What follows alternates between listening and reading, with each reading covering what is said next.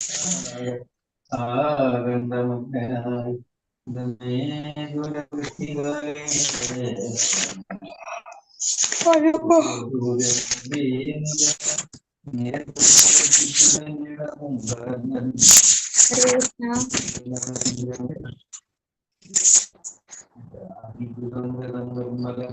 Krishna, Krishna Krishna, Hare Hare, Hare Rama, Rama Rama, Hare Hare. Hare Krishna, Krishna Krishna, Hare Hare, Hare Rama, Rama Rama. Hare Krishna, Krishna Krishna, Hare Hare, Hare Rama, Rama Rama. Hare Krishna.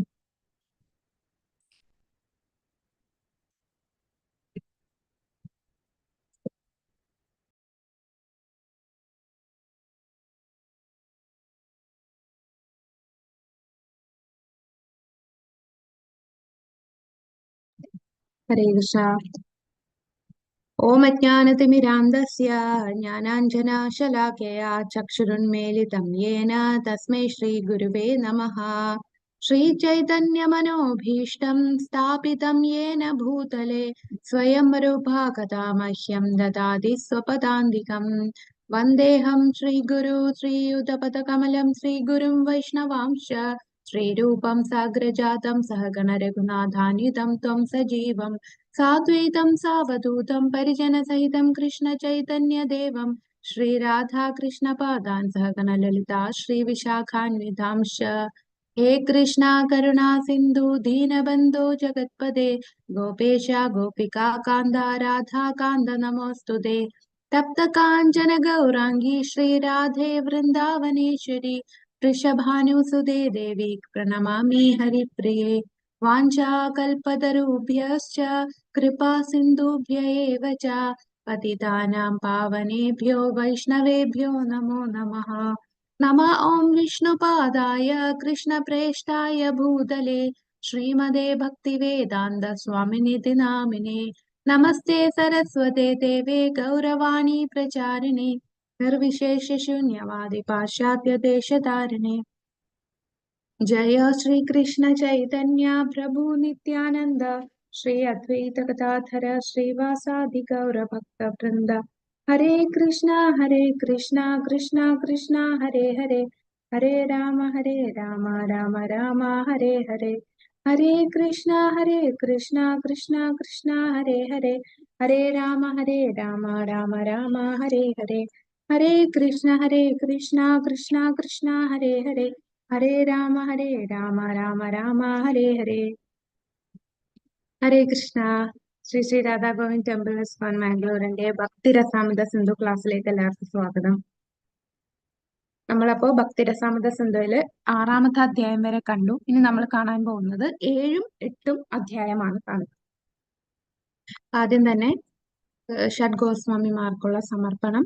നാനാശാസ്ത്ര വിചാരണൈക നിപുണോ സദ്ധർമ്മ സംസ്ഥാപകോ ലോകാനാം ഹിതകാരിണോ ത്രിഭുവനെ മാന്യോ ശരണ്യാകരോ Radhakrishna പദാരവിന്ദ ഭജനാനന്ദേന മത്താലികോ വന്ദേ രൂപ സനാതനോ രഘുയുഗോ ശ്രീജീവ ഗോപാലകോ.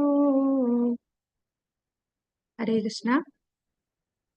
അപ്പൊ നമ്മള് ഭക്തിരസാമൃത സിന്ധുവില് 6ാമത്തെ അധ്യായത്തില് കഴിഞ്ഞ ദിവസം നമ്മൾ 5ഉം 6ഉം കണ്ടു. അപ്പൊ 6ാമത്തെ അധ്യായത്തില് സാധനാഭക്തിയില് നമ്മൾ ചെയ്യേണ്ട 64 കാര്യങ്ങളെ കുറിച്ച് പറഞ്ഞു അല്ലെ. ശ്രീ ശ്രീ രാധാ ഗോവിന്ദ് കി ജയ, ശ്രീല പ്രഭുപാദ് കി ജയ.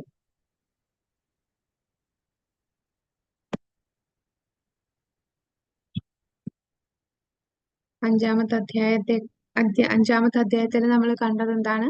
ഭക്തി എന്ന് പറയുന്നത് അത് സ്വതന്ത്രമാണ്, സ്വയം പര്യാപ്തമാണ്. അത് വേറൊന്നിനെയും ആശ്രയിക്കുന്നില്ല. പുണ്യകരമായ ജനനം, വൈദിക ആചാരങ്ങളിലൂടെ ശുദ്ധീകരണം, വർണ്ണാശ്രമധർമ്മം ഇതിനെയൊന്നും ആശ്രയിക്കുന്നതല്ല ഭക്തി. അപ്പൊ ഒരു ജീവാത്മാവിന്റെ ഭരണഘടനാപരമായ സ്ഥാനം അത് ഭക്തി സേവനമാണ്. അതുകൊണ്ട് ഭക്തിയുടെ പ്രക്രിയയും ഭക്തിയുള്ള യോഗ്യതയും ജനനം, ജാതി, സമൂഹം, മറ്റു പ്രക്രിയകൾ എന്നിവയിൽ നിന്ന് സ്വതന്ത്രമാണെന്ന് കണ്ടു. പിന്നെ കഴിഞ്ഞ ദിവസം നമ്മൾ എങ്ങനെയാണ് ഭക്തി സേവ വിനിയോഗിക്കേണ്ടത്, എങ്ങനെ ഭക്തിയുത സേവനം നിർവഹിക്കാം, സാധനാ ഭക്തിയിൽ നമ്മൾ ചെയ്യേണ്ട 64 കാര്യങ്ങളെ കുറിച്ച് പറഞ്ഞു. അപ്പൊ ഈ 64 കാര്യങ്ങളെ നമ്മൾ രണ്ടായിട്ട്, പ്രധാനപ്പെട്ട 20 കാര്യങ്ങളും പിന്നെ ആ, ഇതിനെ ഇതിന്റെ കൂടെ 44 കാര്യങ്ങളും പറയുന്നുണ്ട്. അതിൽ പ്രധാനപ്പെട്ട 20 ഇനങ്ങളിൽ അതിനെ തന്നെ രണ്ടായിട്ട് 10 എടുത്തു. അതായത് നമ്മൾ പ്രവർത്തിക്കേണ്ടതും നമ്മൾ സ്വീകരിക്കേണ്ടാത്തതും നമ്മൾ ചെയ്തുകൂടാത്തതും, ഡൂസ് ആൻഡ് ഡോൺസ് എന്ന് പറയും. നമ്മൾ ചെയ്യേണ്ടതും ചെയ്യരുതാത്തതുമായിട്ടുള്ള 10 കാര്യങ്ങൾ. പിന്നീട് 44 ഇനങ്ങൾ കണ്ടു. അതില് സാധനയുടെ പ്രധാനപ്പെട്ട കാര്യങ്ങളും പിന്നെ അവസാനത്തെ 5 ഏറ്റവും പ്രധാനപ്പെട്ട 5 കാര്യങ്ങൾ, അതാണ് നമ്മൾ കണ്ടത്. അപ്പൊ സ്വീകരിക്കേണ്ടവ, സ്വീകരിക്കേണ്ടാത്തത്. അപ്പൊ ഇതെല്ലാം എന്തിനാണ് നമ്മൾ ഇതെല്ലാം ചെയ്യുന്നത്? ഇതെല്ലാം ചെയ്യുന്നത് നമ്മളുടെ ആ പ്രേമഭക്തിയിലേക്ക് വരാനായിട്ട് നമ്മൾ സാധന ചെയ്യേണ്ട ആവശ്യമുണ്ട്. അപ്പൊ ആ സാധനയിലെ ഈ പ്രവർത്തികൾ നമ്മൾ ചെയ്താൽ പെട്ടെന്ന് തന്നെ നമ്മൾ ശുദ്ധീകരിക്കപ്പെടുകയും ഭക്തിയിലേക്ക് കൂടുതൽ ഉന്നതിയിലേക്ക് ഉയരാനും സാധിക്കും. അപ്പൊ അതില് പ്രധാനപ്പെട്ട 10 കാര്യങ്ങളില് ആദ്യത്തെ 5 ഇനങ്ങൾ പറയുന്നത് അത് ഗുരുവിനെ കുറിച്ചാണ്. ഗുരുവിനെ സ്വീകരിക്കുന്നതും ഗുരുവിൽ നിന്ന് ദീക്ഷ സ്വീകരിക്കുന്നതും അദ്ദേഹത്തിൽ നിന്ന് പഠിക്കുന്നതും അദ്ദേഹത്തിനെ വിശ്വാസപൂർവ്വം അദ്ദേഹത്തിന്റെ നിർദ്ദേശങ്ങൾ ആം, സ്വീകരിച്ച് അത് ആചരണം ചെയ്യുന്നതും, ആചാര്യന്മാരെ പിന്തുടരേണ്ട കാര്യങ്ങൾ, പിന്നെ ഗുരുവിൽ നിന്ന് അന്വേഷിച്ച് കാര്യങ്ങൾ മനസ്സിലാക്കുക. അപ്പൊ ഇതെല്ലാം ആദ്യത്തെ 5 ഗുരുവിനെ കുറിച്ചും പിന്നെ നമ്മൾ ഭൗതികമായിട്ടുള്ളതെല്ലാം ഭഗവാന് ഇഷ്ടമുള്ള രീതിയിൽ നമ്മൾ പോവുക. അപ്പൊ ഇതെല്ലാം നമ്മൾ ഡീറ്റെയിൽഡ് ആയിട്ട് ഇവിടെ പഠിക്കാൻ പോവാണ്. അപ്പൊ അത് കൃഷ്ണനെ കുറിച്ചുമുള്ള കാര്യങ്ങളാണ് അടുത്ത 5 കാര്യങ്ങൾ. പിന്നെ നമ്മൾ ചെയ്യരുതാത്ത 10 കാര്യങ്ങൾ പറഞ്ഞു. അഭക്തരുമായിട്ട് സംഘം ചേരാൻ പാടില്ല, ഭക്തിയിൽ താല്പര്യമില്ലാത്തവർക്ക് ഭക്തിയെക്കുറിച്ച് ഭക്തിയുടെ ഒരു ഡീറ്റെയിൽസ് പറഞ്ഞു കൊടുക്കാൻ പാടില്ല. അപ്പൊ അങ്ങനെ 10 കാര്യങ്ങൾ കണ്ടു. അപ്പൊ ഇനി നമ്മള് 7-ാമത്തെ അധ്യായത്തില് ഭക്തി തത്വങ്ങൾ സംബന്ധിച്ച തെളിവുകൾ.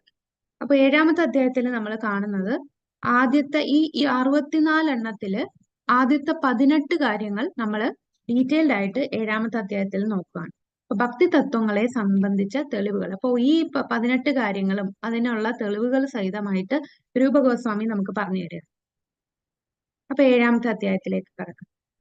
ഭക്തി തത്വങ്ങൾ സംബന്ധിച്ച തെളിവുകൾ. ആദ്യ 18 ഇനങ്ങളുടെ വിശദീകരണമാണ് നമ്മൾ 7-ാമത്തെ അധ്യായം. 6-ാമത്തെ അധ്യായത്തിൽ 64 കാര്യങ്ങൾ ഇങ്ങനെ അവലോകനം ചെയ്തു. അതില് ആദ്യത്തെ 18ന്റെ വിശദീകരണം നമ്മൾ 7-ാമത്തെ അധ്യായത്തിൽ കാണുക. അതിൽ ആദ്യം തന്നെ പറയുന്ന കാര്യം എന്താണ്? ആത്മീയ ആചാര്യനെ അഭയം പ്രാപിക്കുക. വളരെ പ്രധാനപ്പെട്ട കാര്യമാണ്. ആത്മീയ ആചാര്യനെ അഭയം സ്വീകരിക്കുക. ആചാര്യനെ സ്വീകരിക്കാതെ നമുക്ക് ഭക്തി ചെയ്യാൻ സാധിക്കയില്ല. നമ്മളുടെ സ്വന്തം ഇഷ്ടപ്രകാരമല്ല ഭക്തി ചെയ്യുക എന്ന് പറയുന്നത്. ഭക്തി അത് ആചാര്യനിൽ നിന്ന് വേണം നമ്മൾ സ്വീകരിക്കാൻ. അപ്പം ഗുരുവിനെ സ്വീകരിക്കുന്നത്, ഭഗവാൻ തന്നെ അതിന് ഉദാഹരണം കാണിച്ചു. ശ്രീരാമചന്ദ്രൻ ഗുരുവിനെ സ്വീകരിച്ചു, ഗുരുകുലത്തിൽ പഠിക്കുന്നു. പാണ്ഡവന്മാര്, ഭഗവാൻ കൃഷ്ണൻ തന്നെ സാന്ദീപനി മുനിയുടെ ആശ്രമത്തിൽ പഠിക്കുന്നു. ചൈതന്യ മഹാപ്രഭു ഈശ്വരപുരിയെ നിന്ന് ആചാര്യൻ, ഭഗവാൻ പരമദിവ്യോത്തമ പുരുഷനായിട്ട് പോലും അദ്ദേഹം പോലും ആചാര്യനെ സ്വീകരിക്കുന്നു. അപ്പൊ ആചാര്യനെ സ്വീകരിക്കുക എന്ന് പറയുന്നത് വളരെ പ്രധാനപ്പെട്ട കാര്യം. എന്തുകൊണ്ടാണ് ഇത് ഏറ്റവും പ്രധാനപ്പെട്ടത്? ആചാര്യനെ ഗുരുപാദാശ്രയ എന്നാണ് പറയുന്നത്. അപ്പൊ എന്തുകൊണ്ട് ഇത് വളരെ പ്രധാനപ്പെട്ടത്? മറ്റെല്ലാ പരിശീലനങ്ങളും എങ്ങനെ നിർവഹിക്കാമെന്ന് ആത്മീയ ആചാര്യൻ കാണിച്ചു തരുന്നു. അപ്പൊ നമ്മളെ പഠിപ്പിച്ചു തരികയാണ് എങ്ങനെയാണ് പരിശീലനം, ഭക്തിയിലുള്ള പരിശീലനം ചെയ്യേണ്ടതെന്ന് നമുക്ക് കാണിച്ചു തരികയാണ്. അവരുടെ ജീവിതത്തിലൂടെ നമുക്ക് കാണിച്ചു തരുന്നു, അവർ പഠിപ്പിച്ചു തരുന്നു. അപ്പൊ ഇത് പണ്ട് നമുക്ക് ക്ഷേത്രത്തിൽ കയറുക എന്ന് പറഞ്ഞാൽ നമുക്കറിയാം, പണ്ടൊക്കെ ഉയർന്ന ജാതിയിലുള്ളവർക്ക് മാത്രമേ ക്ഷേത്രത്തിൽ കയറാൻ സാധിക്കുകയുള്ളൂ. ബ്രാഹ്മണർക്ക് മാത്രമേ ക്ഷേത്ര സന്ദർശനം അനുവദിച്ചിരുന്നുള്ളൂ. താഴ്ന്ന ജാതി കുലത്തിലുള്ളവർക്ക് ക്ഷേത്രത്തിൽ കയറാൻ സാധിക്കുന്നില്ല. അപ്പോഴാണ് മഹാത്മാഗാന്ധി ഹരിജനം എന്ന ഒരു നാമം ഇട്ടത്. ഇവരെല്ലാരും ഹരിയുടെ ജനങ്ങളാണ്, ഇവർക്കും ക്ഷേത്രത്തിൽ കയറാം. പക്ഷെ ഇവിടെ ഒരു ചെറിയ പ്രശ്നം എന്താ സംഭവിച്ചതെന്ന് പറഞ്ഞാൽ, ജസ്റ്റ് പേര് മാത്രം ഹരിജനം എന്നിട്ടിട്ട് കാര്യമില്ല. അപ്പോൾ ഈ താഴ്ന്ന ജാതിയിലുള്ള വ്യക്തികളെ നമ്മൾ അവരെ പഠിപ്പിച്ച് അവരെ ആ ലെവലിലേക്ക് ഉയർത്തണം. അങ്ങനെയാണ് നമ്മൾ ചെയ്യേണ്ടത്. വെറുതെ പേരിൽ ഹരിജനം, ശരിയാണ്, എല്ലാവരും ഭഗവാന്റെ മക്കളാണ്, എല്ലാവർക്കും ഭഗവാനെ കാണാനുള്ള അധികാരമുണ്ട്. പക്ഷേ നമ്മൾ ക്ഷേത്രത്തിൽ പോയി ക്രിയകളൊക്കെ ചെയ്യുമ്പോൾ ആ ക്ഷേത്രത്തിൽ പാലിക്കേണ്ട ചില നിയമങ്ങളുണ്ട്. അപ്പൊ അത് നമ്മൾ ശുദ്ധിയായിട്ട് വേണം ക്ഷേത്രത്തിൽ കയറാൻ, ഭഗവാനെ വണങ്ങുക. അപ്പൊ അങ്ങനെ കുറെ കാര്യങ്ങൾ അത് ഫോളോ ചെയ്യാതെ ജസ്റ്റ് പേര് മാത്രം ഇട്ടിട്ട് കാര്യം ഇട്ടാൽ അത് ശരിക്കും കൃഷ്ണാബോധത്തിന് തന്നെ, അല്ലെ ഭഗവാന്റെ ആ തത്വത്തിൽ തന്നെ അതിനൊരു പ്രശ്നമുണ്ടാക്കുകയാണ്. അതാണ് നമ്മൾ പറയുന്ന ശ്രുതി സ്മൃതി പുരാണാദി പഞ്ചരാത്ര വിധി. അപ്പൊ ശ്രുതി സ്മൃതി, ഇത് ഭക്തിരസാമൃത സിന്ധുവിലെ ഒരു ശ്ലോകം പറയുന്നതാണ്. ശ്രുതി സ്മൃതി പുരാണാദി. അപ്പൊ ഇവിടെ ഈ ഒരു ശ്ലോകത്തിൽ പറയുന്നത്, ഒരു ഭക്തനാകാൻ ഒരാൾ ശ്രുതിയിലും സ്മൃതിയിലും പറഞ്ഞിരിക്കുന്ന തത്വങ്ങൾ പാലിക്കണം എന്നാണ് ഉദ്ദേശിക്കുന്നത്. അപ്പൊ ശ്രുതി ശാസ്ത്രത്തിലും സ്മൃതി ശാസ്ത്രം, ഇത് നമ്മൾ ഈശോപനിഷത്തിൽ പഠിച്ചു. ശ്രുതി എന്താണ്, സ്മൃതി എന്താണെന്നൊക്കെ നമ്മൾ കണ്ടു. അപ്പൊ അതിൽ പറയുന്ന ആ വേദശാസ്ത്രങ്ങളിൽ പറഞ്ഞതനുസരിച്ച് വേണം നമ്മൾ ആ തത്വങ്ങൾ നമ്മൾ പാലിക്കണം. അത് പാലിക്കാതെ നമുക്ക് ഭക്തനാകാൻ സാധിക്കില്ല. ഒരാൾ പുരാണങ്ങളുടെയും പഞ്ചരാത്ര വിധിയുടെയും നിർദ്ദേശങ്ങൾ പാലിക്കണം. അപ്പൊ ഭഗവാനെ ആരാധിക്കേണ്ടത് നമ്മളുടെ ഇഷ്ടത്തിനും നമ്മളെ കൺവീനിയൻസിനും നമ്മളുടെ സമയവും നോക്കിയല്ല. പഞ്ചരാത്ര വിധിപ്രകാരം പുരാണങ്ങളിൽ എന്ത് പറയുന്നോ ആ വിധിപ്രകാരം വേണം നമ്മൾ ഭഗവാനെ ആരാധിക്കാൻ. അപ്പൊ ശ്രുതിയും സ്മൃതിയും ഒന്നും പിന്തുടരാതെ ഒരാൾക്ക് ശുദ്ധ ഭക്തനാവാൻ കഴിയില്ല. ഭക്തി സേവനമില്ലാതെ ശ്രുതിക്കും സ്മൃതിക്കും ഒരാളെ ജീവിതത്തിന്റെ പൂർണ്ണതയിലേക്ക് നയിക്കാനാവില്ല. അപ്പൊ ജസ്റ്റ് പേരിന് നമ്മൾ ഹരിയുടെ മക്കളാണ്, ഹരിജനങ്ങളാണ് എന്ന് പറഞ്ഞിട്ട് കാര്യമില്ല. നമ്മൾ ആ ശാസ്ത്ര തത്വങ്ങൾ മനസ്സിലാക്കി അതനുസരിച്ച് പ്രവർത്തിക്കണം, അത് പിന്തുടർന്നു പോകണം. അല്ലെങ്കിൽ അത് ഈ സമൂഹത്തിന് തന്നെ ഓരോ പ്രശ്നങ്ങളാണ് ഉണ്ടാക്കുക. അതുകൊണ്ട് നമ്മൾ ക്വാളിഫൈഡ് ആവണം ഇത് ചെയ്യാനായിട്ട്. ഇപ്പം താഴ്ന്ന കുലത്തിലുള്ളവർക്ക് ദൈവ ആരാധന, ഭഗവാനെ ആരാധിക്കാനായിട്ട് അനുവാദമില്ല എന്ന് പറയുന്നു. പക്ഷെ അവനെ ട്രെയിൻ ചെയ്ത് ഉയർത്തി കഴിഞ്ഞാൽ, അതല്ലേ നമ്മൾ കഴിഞ്ഞ അധ്യായത്തിൽ എന്താണ് കണ്ടത്? ജനനം, ഏത് കുലത്തിൽ ജനിക്കുന്നോ അവൻ വർണ്ണാശ്രമം, ഈ വേദങ്ങളിലുള്ള ചര്യകൾ ചെയ്യുക, ഇതൊന്നും അതിനെ ആശ്രയിക്കുന്നില്ല, അല്ലെ? നമ്മൾ കഴിഞ്ഞ അധ്യായത്തിൽ കണ്ടത്. അപ്പോ ആ അധ്യായത്തിൽ കണ്ട പ്രകാരം എന്താണ് പറയുന്നത്? വൈദിക ആചാരങ്ങളുടെ ശുദ്ധീകരണം, പുണ്യജന്മം, വർണ്ണാശ്രമധർമ്മം, ഇതിനെ ഒന്നും ആശ്രയിക്കുന്നതല്ല ഭക്തനാവാൻ. പക്ഷെ അവനെ നമുക്ക് ട്രെയിൻ ചെയ്ത് അതിലേക്ക് ഉയർത്തണം. അപ്പൊ ആ ട്രെയിനിങ് കിട്ടുന്നത് അത് ആരിൽ നിന്നായിരിക്കണം? അതൊരു ഗുരുവിലൂടെ വേണം നമുക്ക് കിട്ടുന്നത്. ഗുരു, സാധു, ശാസ്ത്രം. അപ്പൊ ആ ഗുരു വളരെ പ്രധാനമാണ്. അദ്ദേഹം തന്റെ ജീവിതത്തിലൂടെ കാണിച്ചു തരികയാണ് എങ്ങനെയാണ് നമ്മൾ ഈ പരിശീലനം ചെയ്യേണ്ടത് എന്ന് ആചാര്യൻ കാണിച്ചു തരും. അതിന് തെളിവായിട്ട് ശ്രീമദ് ഭാഗവതത്തിലെ 11-ാമത്തെ സ്കന്ധം 3-ാമത്തെ അധ്യായത്തിൽ 21-ാമത്തെ ശ്ലോകത്തില് ഇത് നിമി മഹാരാജാവിനോട് പറയുന്ന വാക്കുകളാണ്. അപ്പോ അവിടെ പറയുന്നത്, ഒരു യഥാർത്ഥ ആത്മീയ ആചാര്യനെ നമ്മൾ കണ്ടെത്തണം. ഈ ഭൗതിക ലോകത്ത് സുഖമുണ്ടെന്ന് ചിന്തിക്കുന്നത് തന്നെ തെറ്റാണ്. യഥാർത്ഥ സുഖം വേണമെങ്കിൽ ആത്മീയ ആചാര്യനെ കണ്ടെത്തി അദ്ദേഹത്തിൽ നിന്ന് കാര്യങ്ങൾ മനസ്സിലാക്കി അദ്ദേഹത്തെ അഭയം തേടണം. അങ്ങനെ മതഗ്രന്ഥങ്ങളിൽ പറയുന്ന കാര്യങ്ങൾ നമ്മൾ മനസ്സിലാക്കുകയും അത് ചർച്ച ചെയ്യുകയും അതിലുള്ള കാര്യങ്ങൾ മനസ്സിലാക്കി അത് പ്രകാരം നമ്മൾ പ്രവർത്തിക്കുകയാണെങ്കിൽ, അതെല്ലാം ഈ ശാസ്ത്രം നമ്മൾ മനസ്സിലാക്കണമെങ്കിൽ നമ്മളുടെ ബുദ്ധി കൊണ്ട് വെറുതെ ശാസ്ത്രം വായിച്ചാൽ നമുക്ക് മനസ്സിലാകില്ല. അത് ആ ഗുരുവിലൂടെ വേണം നമ്മൾ ശാസ്ത്രങ്ങൾ പഠിക്കാൻ. അങ്ങനെ പഠിച്ച് ഭൗതികമായിട്ടുള്ള ബന്ധനത്തിൽ നിന്ന് നമുക്ക് മുക്തരാകാൻ സാധിക്കും. അപ്പൊ ഗുരു ഇല്ലാതെ നമുക്ക് സ്വയം ഭക്തി ചെയ്യാൻ സാധിക്കില്ല. അപ്പൊ ആരാണ് ആത്മീയ ആചാര്യൻ? ആത്മീയ ആചാര്യൻ എന്ന് പറഞ്ഞാൽ നമ്മള് 3 തലത്തിലുള്ള ഭക്തന്മാരെ പഠിച്ചിരുന്നു, അല്ലെ? ഏതൊക്കെയാണ് 3 തലത്തിലുള്ള കനിഷ്ഠാധികാരി, സോറി, എല്ലാരും മ്യൂട്ടാണ്. ഹരേ കൃഷ്ണ. മധ്യമാധികാരി, മധ്യമാധികാരി, ഉത്തമാധികാരി. അപ്പൊ ഇതില് ആരായിരിക്കും ഗുരു ആകുന്നത്? കനിഷ്ഠയാണോ? ഉത്തമ അധികാരിയാണ്. ഉത്തമ അധികാരിയായിട്ടുള്ള വ്യക്തിക്കാണ് ആത്മീയ ആചാര്യനാകാൻ സാധിക്കുക, അല്ലെ? അപ്പൊ ആ ഡിഫറൻസ് ഒക്കെ നമ്മൾ പഠിച്ചിരുന്നു. കൂടാതെ നെക്ടർ ഓഫ് ഇൻസ്ട്രക്ഷൻ ഉപദേശാമൃതത്തിലെ ആദ്യത്തെ ഒരു ശ്ലോകം നമ്മൾ പഠിച്ചു. അതാർക്കെങ്കിലും ഓർമ്മയുണ്ടോ? 6 കാര്യങ്ങളെ നിയന്ത്രിക്കും. ആ വാചോവേഗം മനസ്സക്രോധവേഗം ആ വാചോവേഗം മനസ്സക്രോധവേഗം ജിഹ്വാവേഗം ഉദര ഉപസ്ഥവേഗം. ആ അപ്പൊ ഈ 6 കാര്യങ്ങളെ നിയന്ത്രിക്കാൻ കഴിയും. ഈ 6 തരം ഇന്ദ്രിയ സംതൃപ്തി നിയന്ത്രിക്കാൻ കഴിയുന്നവനാണ്. അപ്പൊ ഉപദേശാമൃതത്തിലെ ആദ്യത്തെ ശ്ലോകത്തിൽ തന്നെ പറയുന്നു അല്ലെ, നമ്മളുടെ വാക്കുകൾ, നമ്മളുടെ മനസ്സ്, ക്രോധം, ജിഹ്വ നാവ്, ഉദരം, ഉപസ്ഥ ജനനേന്ദ്രിയം, ഈ 6 കാര്യങ്ങളെ നിയന്ത്രിക്കാൻ പറ്റുന്നവൻ ലോകമെമ്പാടും ശിഷ്യന്മാരെ സ്വീകരിക്കാൻ യോഗ്യനാണ്. അപ്പൊ അങ്ങനെയുള്ള വ്യക്തിയാണ് ആത്മീയ ആചാര്യൻ. ഈ രണ്ടാമത്തെ കാര്യം, ആത്മീയ ആചാര്യനിൽ നിന്ന് നിർദ്ദേശം സ്വീകരിക്കുക. ആദ്യം അഭയം പ്രാപിക്കുക, പിന്നെ നിർദ്ദേശം സ്വീകരിക്കുക. അപ്പൊ ആത്മീയ ആചാര്യനെ നമ്മൾ ആരായിട്ടാ കാണേണ്ടത്? ഒരു സാധാരണ മനുഷ്യനായി കാണരുത്. ഗുരു എന്ന് പറഞ്ഞാൽ അത് ഭഗവാന്റെ പ്രതിനിധിയാണ്. അപ്പൊ ഭഗവാന്റെ പ്രതിനിധിയായിട്ട് ഗുരുവിനെ അംഗീകരിക്കുക. ഗുരുവായി മാത്രമല്ല, ഈശ്വരന് തുല്യമായിട്ട് ശിഷ്യൻ തന്റെ ഗുരുവിനെ കാണണം. കൃഷ്ണന്റെ ബാഹ്യ രൂപമാണ് ആത്മീയ ഗുരു എന്ന് പറയുന്നത്. കൂടാതെ ആത്മീയ ഗുരുവിൽ കൂടെ നമ്മൾ ഭാഗവതം പഠിക്കണം. ഭാഗവതം ശ്രദ്ധാപൂർവം അത് പാരായണം ചെയ്യണം. നമ്മൾ ഈ ഭാഗവതത്തിലെ ശ്ലോകങ്ങൾ കേൾക്കുകയും വായിക്കുകയും ചെയ്യുമ്പോൾ നമ്മളുടെ ഉള്ളിലെ കൃഷ്ണപ്രേമം വളരും. കൃഷ്ണപ്രേമത്തിലേക്ക് എത്താൻ സാധിക്കും.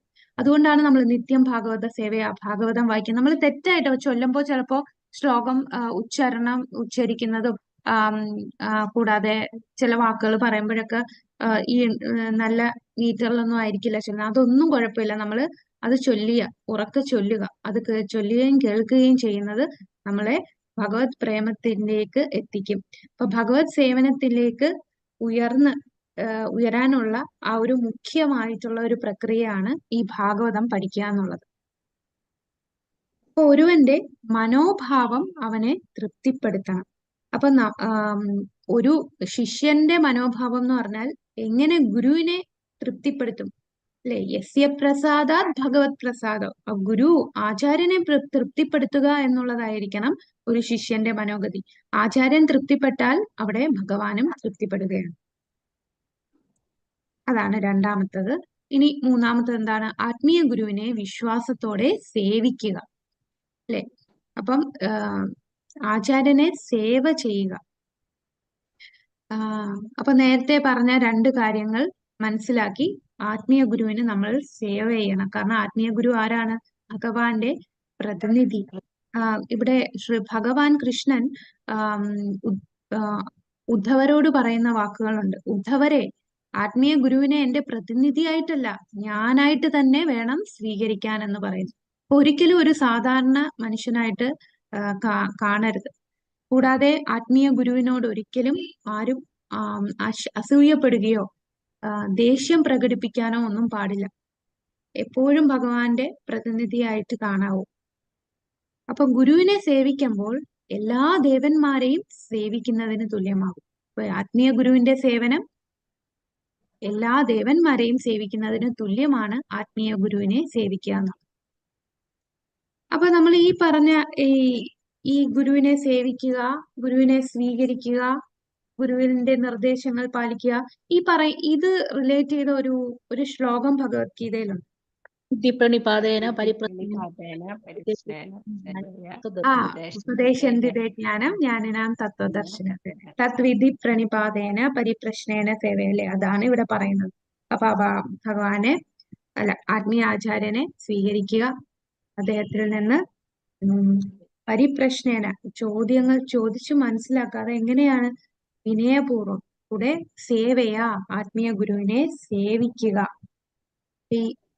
അതാണ് ഈ 3 കാര്യം. ഇനി വിശുദ്ധ വ്യക്തികളുടെ കാൽപ്പാടുകൾ പിന്തുടരുക. അതായത് ആചാര്യന്മാരുടെ കാൽപാദം, പൂർവ്വ ആചാര്യന്മാരുടെ കാലടികളെ പിന്തുടരുക. പുണ്യാത്മാക്കളുടെ കാലടികൾ പിന്തുടരുക. അപ്പം പണ്ടത്തെ ആചാര്യന്മാരും പുണ്യാത്മാക്കളെയും പിന്തുടരണം എന്ന് സ്കന്ദപുരാണത്തിലും പറയുന്നുണ്ട്. അപ്പൊ നമ്മളെ മുന്നോട്ട് നയിക്കുന്നത് നമ്മുടെ ഉദ്ദേശ ലക്ഷ്യത്തിലേക്ക് എത്താനായിട്ട് ഈ അവരുടെ കാൽപാദം പിന്തുടരുന്നത് നമ്മളെ സഹായിക്കും. അപ്പൊ പ്രമാണങ്ങൾ, വേദഗ്രന്ഥങ്ങൾ അനുസരിച്ച് വേണം നമ്മൾ മുന്നോട്ട് പോകാൻ. അപ്പൊ ഇവിടെ പറയുന്നുണ്ട് ബുദ്ധമതത്തെ നമ്മൾ ശരിക്കും സ്വീകരിക്കുന്നില്ല. എന്തുകൊണ്ടാണ് അറിയാമോ? എന്തുകൊണ്ടാണ് ബുദ്ധമതത്തെ സ്വീകരിക്കാത്തത്? ബുദ്ധൻ എന്ന് പറഞ്ഞാൽ ഭഗവാന്റെ ഒരു അവതാരം തന്നെയാണ്. എന്നിട്ടും നമ്മൾ ആ മതത്തെ നിഷേധിക്കുകയാണ്. നമ്മൾ ആ മതത്തിലുള്ള ഫിലോസഫി ഫോളോ ചെയ്യുന്നില്ല. കാരണം വേദങ്ങളെ ഫോളോ ചെയ്തിരുന്നില്ലേ? ബുദ്ധമതം എന്ന് പറഞ്ഞാൽ ഭഗവാൻ ശരിക്കും ബുദ്ധനായിട്ട് അവതരിക്കാനുള്ള കാരണം എന്താണ്? അത് ഭാഗവതത്തിൽ പറയുന്നുണ്ടല്ലേ, ഭഗവാൻ അവതരിക്കുന്നു. അതിനുള്ള കാരണം ഈ വേദങ്ങളുടെ പേരില് പണ്ട് ആൾക്കാര് ഹിംസയും അക്രമവും ഒക്കെ ചെയ്യുമായിരുന്നു. അപ്പൊ അതിനെ നിർത്താനായിട്ടാണ് ഭഗവാൻ ബുദ്ധനായിട്ട് വന്നതും. കാരണം ആൾക്കാർ വേദങ്ങളെ തെറ്റായിട്ട് വ്യാഖ്യാനിച്ച് ഈ വേദങ്ങളിൽ ഇങ്ങനെ പറഞ്ഞിട്ടുണ്ടല്ലോ എന്ന് പറഞ്ഞാണ് അവര് മാംസാഹാരം ചെയ്യുകയും ഹിംസകർമ്മങ്ങളൊക്കെ ചെയ്തുകൊണ്ടിരുന്നത്. അപ്പൊ ഈ ഹിംസ ചെയ്യുന്നതിനും മാംസാഹാരം ഭക്ഷിക്കുന്നതിനും ഒക്കെ അവര് ന്യായം പറയുന്നത് വേദങ്ങളെ വെച്ചിട്ടാണ്. അവര് വേദങ്ങളെ ശരിക്കുള്ള അർത്ഥം മനസ്സിലാക്കാതെ അതിനെ തെറ്റായി വ്യാഖ്യാനിച്ചു. ഈ ഒരു വ്യാഖ്യാനം നിർത്താൻ വേണ്ടിയാണ് ബുദ്ധനായിട്ട് അവതരിക്കുന്നത്. അപ്പൊ ബുദ്ധൻ വന്നിട്ട് എന്താണ് പറയുന്നത്? വേദങ്ങളെ നിഷേധിക്കുകയാണ്. വേദങ്ങൾ ആരും ഫോളോ ചെയ്യണ്ട എന്ന് പറയുന്നു. അപ്പൊ വേദങ്ങളെ നിഷേധിക്കുന്നത് കൊണ്ട് ബുദ്ധന്റെ അനുയായികളെ ഭക്തരായിട്ട് നമ്മൾ അംഗീകരിക്കില്ല. രൂപഗോസ്വാമി പറയുന്നുണ്ട് ബുദ്ധമതത്തിനെ കാരണം അവര് ഭഗവാന്റെ അവതാരമാണെങ്കിൽ പോലും ഭഗവാൻ ആ ഒരു പർട്ടിക്കുലർ ഉദ്ദേശത്തിന് വേണ്ടിയാണ് ബുദ്ധാവതാരം എടുത്തത്. അത് എന്നേക്കുമായിട്ട് നമുക്ക് പാലിക്കാൻ വേണ്ടിയല്ല. ആ ഒരു കാലഘട്ടത്തില് ഇങ്ങനൊരു സംഭവം വന്നപ്പോ അതിനെ തുടച്ചു മാറ്റാനായിട്ട് അദ്ദേഹം ബുദ്ധനായിട്ട് അവതരിച്ചു. കൂടാതെ ഈ ബുദ്ധമതം പിന്നീട് അശോക ചക്രവർത്തി വന്നപ്പോഴാണ് അശോക ചക്രവർത്തി ഈ ബുദ്ധമതത്തെ ഇന്ത്യയിലും അയൽ രാജ്യങ്ങളിലും ഒക്കെ വ്യാപിപ്പിച്ചു. അങ്ങനെ ഇരുന്നു ബുദ്ധമതം ഇങ്ങനെ വ്യാപിക്കാൻ തുടങ്ങി. അപ്പൊ ആൾക്കാരൊന്നും വേദങ്ങൾ പഠിക്കുന്നില്ല, ഭഗവാനെ മനസ്സിലാക്കണില്ല. ഈ ഒരു സാഹചര്യം വന്നപ്പോഴാണ് ആരവതരിക്കുന്നത്? ബുദ്ധമതത്തെ നിർത്താൻ വേണ്ടിയാണ് ആര് വന്നത്? ഭഗവാൻ ശങ്കരാചാര്യർ. ശങ്കരാചാര്യരുടെ അവതാരം അങ്ങനെയാണ്. അപ്പൊ ശങ്കരാചാര്യര് വന്നിട്ട് കാരണം അവര് വേദങ്ങളെ മൊത്തത്തിൽ നിഷേധിക്കുകയാണ്. അപ്പൊ വേദങ്ങളെ തിരിച്ചു കൊണ്ടുവരാനായിട്ട് ശങ്കരാചാര്യരുടെ അവതാരം വന്നു. അപ്പൊ ശങ്കരാചാര്യര് വന്നിട്ടു ശങ്കരാചാര്യൻ എന്ന് പറഞ്ഞാൽ മഹാദേവന്റെ അവതാരമായിട്ടാണ് പറയുന്നത്. അപ്പൊ ശങ്കരാചാര്യര് വന്ന് ഭാരതത്തില് എല്ലാം ബുദ്ധമതത്തെ ഇല്ലാതാക്കി അല്ലെ. ഇപ്പൊ നമുക്ക് അറിയാം ബുദ്ധമതം ഉള്ളത് നേപ്പാളിലാണ്. അങ്ങോട്ടേക്ക് മാറി. ഇപ്പം ഭാരതത്തിൽ അധികം ബുദ്ധമതസ്ഥര് വളരെ ചുരുക്കം ആൾക്കാരേ ഉള്ളൂ. അപ്പൊ ശങ്കരാചാര്യര് വന്നതുകൊണ്ടാണ്. അല്ലാതെ ശങ്കരാചാര്യർ വന്നില്ലായിരുന്നുണ്ടെങ്കിൽ അശോക ചക്രവർത്തിയുടെ ആ ഒരു ഭരണം കാരണം എല്ലാരും ബുദ്ധിസ്റ്റുകളായി മാറും. അപ്പൊ ബുദ്ധിസ്റ്റുകളെ നമ്മൾ ഫോളോ ചെയ്താൽ നമുക്ക് ഒരിക്കലും ഭക്തരാവാൻ സാധിക്കില്ല. കാരണം അവർ ശാസ്ത്രങ്ങളെ നിന്ദിക്കുന്നവരാണ്, വേദശാസ്ത്രങ്ങളെ പിന്തുടരാത്തവരാണ്. പക്ഷെ നമ്മൾ സാധനാ ഭക്തിയിലെ 4ാമത്തെ കാര്യം എന്താണ് പറയുന്നത്? ശാസ്ത്രങ്ങളെ പിന്തുടരണം, പൂർവ്വ ആചാര്യന്മാരുടെ കാലടികളെ നമ്മൾ പിന്തുടരണം. അപ്പൊ പൂർവ്വ ആചാര്യന്മാര് ശ്രുതി സ്മൃതി എന്നിവ അനുസരിച്ചാണ് അവരുടെ ജീവിതം മുന്നോട്ട് കൊണ്ടുപോയത്. അപ്പൊ ആ ശ്രുതി സ്മൃതി ശാസ്ത്രങ്ങൾ അവയെ പിന്തുടരണം.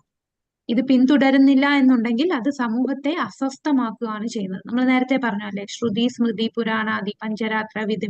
അപ്പൊ പുരാണങ്ങൾ, പഞ്ചരാത്ര വിധി ഇവ പ്രകാരം വേണം നമ്മൾ ഭഗവത് സേവനങ്ങൾ ചെയ്യാൻ. അല്ലാതെ ചെയ്താൽ അത് സമൂഹത്തെ തന്നെ അസ്വസ്ഥമാക്കുകയുള്ളൂ. 5ാമത്തത് നിത്യമായ മതതത്വങ്ങളെ കുറിച്ചുള്ള അന്വേഷണം. ഇപ്പൊ നാരദീയ പുരാണത്തിൽ പറയുന്നതാണ്, ഭക്തിയുത സേവനത്തിൽ ശ്രദ്ധയോടെ ഏർപ്പെട്ടിരിക്കുന്നവന്റെ എല്ലാ ഉദ്ദേശങ്ങളും ഒട്ടും വൈകാതെ തന്നെ സാധിതമാകുമെന്ന്. അപ്പൊ നമ്മള് അന്വേഷിക്കണം എന്താണ് ഈ തത്വം. നമുക്ക് ആ ഒരു ഇൻക്വിസിറ്റീവ്നെസ് എന്താണെന്ന് ഡ്രസ്സിന് നല്ലത് ട്രെൻഡ്സ് ആണ്. ഹരേ കൃഷ്ണ. എല്ലാരും മ്യൂട്ട് ചെയ്തിരിക്കുക. ഓക്കെ. അപ്പൊ മതതത്വങ്ങളെ നമ്മള് അന്വേഷിക്കണം, എന്താണ് എന്ന് നമ്മൾ മനസ്സിലാക്കണം. അതാണ് പരിപ്രശ്നേന സേവയ എന്ന് പറയുന്നത് അല്ലെ. ഗുരുവിനോട് നമ്മൾ വിനയപൂർവ്വം അന്വേഷിക്കണം. എന്താണ് അന്വേഷിക്കേണ്ടത്? നമ്മളുടെ ഭൗതികമായിട്ടുള്ള കാര്യങ്ങളല്ല. ഭൗതിക കാര്യങ്ങളല്ല അന്വേഷിക്കേണ്ടത്, ഭക്തിയിൽ ഉള്ള പരമസത്യത്തെക്കുറിച്ചും ഭക്തിയിൽ എങ്ങനെ ഉയരാമെന്നുള്ള കാര്യങ്ങൾ അന്വേഷിക്കണം. അപ്പൊ ഇത് അന്വേഷിച്ചാൽ മാത്രം പോരാ, അന്വേഷിച്ചാൽ മാത്രം മതിയോ? നമ്മൾ എന്തും കൂടെ ചെയ്യണം. ഫോളോ ചെയ്യും. ഫോളോ ചെയ്യും. അത് നമ്മൾ ഫോളോ ചെയ്യണം അല്ലെ. വെറുതെ ചോദിച്ചിട്ട് കാര്യമില്ല. ഇതിന് അർജുനൻ എന്താണ് ചെയ്യുന്നത്? അർജുനൻ ഭഗവാനോട് ചോദിച്ചു. അങ്ങനെ ഭഗവാന്റെ അടുത്ത് വിനയപൂർവ്വം അല്ലെ ഭഗവാനിൽ ശരണം പ്രാപിച്ച് കാര്യങ്ങൾ മനസ്സിലാക്കി ഭഗവാൻ പറഞ്ഞ അതേപോലെ അർജുനൻ ചെയ്തു. എന്നാൽ ധൃതരാഷ്ട്രർ ഒരുപാട് കാര്യങ്ങൾ എല്ലാവരുടെ അടുത്തും ചോദിക്കുന്നുണ്ട്. ഭീഷ്മരും വിദുരരും എല്ലാം ഉപദേശങ്ങൾ കൊടുത്തു, അതൊന്നും ചെവിക്കൊണ്ടില്ല. ഉപദേശങ്ങൾ കേട്ടിട്ട് അത് ഇട്ട് കളയല്ല, ആ ഉപദേശം നമ്മൾ സ്വീകരിച്ച് അത് അന്വേഷിച്ച് മനസ്സിലാക്കി അത് നമ്മൾ പ്രാവർത്തികമാക്കാം. ഇനി ഭൗതിക അസാധ്യത ഉപേക്ഷിക്കാൻ തയ്യാറാവുക. അപ്പൊ ഭഗവാന്റെ സംതൃപ്തിക്ക് വേണ്ടി ഭൗതികമായിട്ടുള്ളത് നമ്മൾ ത്യജിക്കാൻ തയ്യാറാകണം. ഭൗതികമായ ഇന്ദ്രിയ സുഖങ്ങളൊക്കെ ഉപേക്ഷിച്ച് ഭഗവാന്റെ ഭക്തിയുത സേവനം നമ്മൾ സ്വീകരിക്കണം. അങ്ങനെ ചെയ്താൽ അവന് വിഷ്ണു ലോകത്തിലെ ഐശ്വര്യ സമൃദ്ധി ലഭിക്കും എന്നാണ് പത്മപുരാണം പറയുന്നത്. ഇനി ഏഴാമത്തത് പവിത്രമായ സ്ഥലത്ത്, അതായത് പുണ്യഭൂമിയിലുള്ള വാസം. പുണ്യഭൂമിയിലെ വാസം എന്ന് പറയുമ്പോ പുണ്യഭൂമി നമുക്ക് തീർത്ഥസ്ഥാനങ്ങൾ അറിയാമല്ലേ, ധാമുകൾ, ഭഗവാന്റെ ധാമായിട്ടുള്ള വൃന്ദാവനം, നവദ്വീപ് ധാം, ജഗന്നാഥപുരി, ദ്വാരക, മധുര. അപ്പൊ ഇവിടെ എല്ലാം ഭഗവാൻ നിത്യമായിട്ട് ഭഗവാന്റെ സാന്നിധ്യമുള്ള സ്ഥലമാണ്. അപ്പം അങ്ങനെയുള്ള പുണ്യ സ്ഥലങ്ങളിൽ വസിക്കുക. അപ്പൊ ഈ പുണ്യ സ്ഥലങ്ങളിൽ വസിക്കുക എന്ന് പറയുമ്പോൾ അവൻ അവിടെ വസിച്ചാൽ അവന് തീർച്ചയായിട്ടും മുക്തി ലഭിക്കും. ഇപ്പൊ ജഗന്നാഥപുരിയിലെ ആളുകളെ വൈകുണ്ഠത്തിൽ നിന്ന് നോക്കിയാൽ അവർ 4 കൈകളുള്ള ചതുർബാഹുവായ രൂപത്തിലായിരിക്കും കാണുക എന്ന് പറയുന്നു. ഇപ്പൊ ജഗന്നാഥപുരിയിലെ ആളുകളെ ദേവന്മാരെ സ്വർഗത്ത് നിന്ന് നോക്കുകയാണ്. അപ്പൊ ദേവന്മാരെ നോക്കുമ്പോൾ അവർക്കെല്ലാം ചതുർബാഹുക്കളാണ് എന്ന് പറയുന്നു. ഇത് ബ്രഹ്മപുരാണത്തിൽ പറയുന്നതാണ്.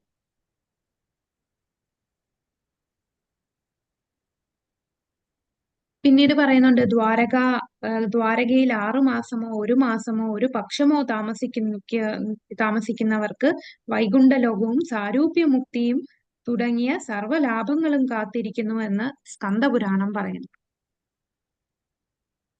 പിന്നീട് ഗംഗാ നദിയുടെ മഹത്വത്തെക്കുറിച്ച് പറയുന്നു. അപ്പൊ നൈമിഷാരണ്യത്തിലെ മഹർഷിമാർ സമ്മേളിച്ചപ്പോൾ സൂത ഗോസ്വാമി ശ്രീമദ് ഭാഗവതം ചൊല്ലിക്കേൾപ്പിച്ച് ഗംഗാ നദിയുടെ പ്രാധാന്യത്തെക്കുറിച്ച് വ്യക്തമാക്കി. ഗംഗാ നദി എന്ന് പറഞ്ഞാൽ എന്താണ്? അത് ഭഗവാന്റെ പാതാരവിന്ദങ്ങളിലെ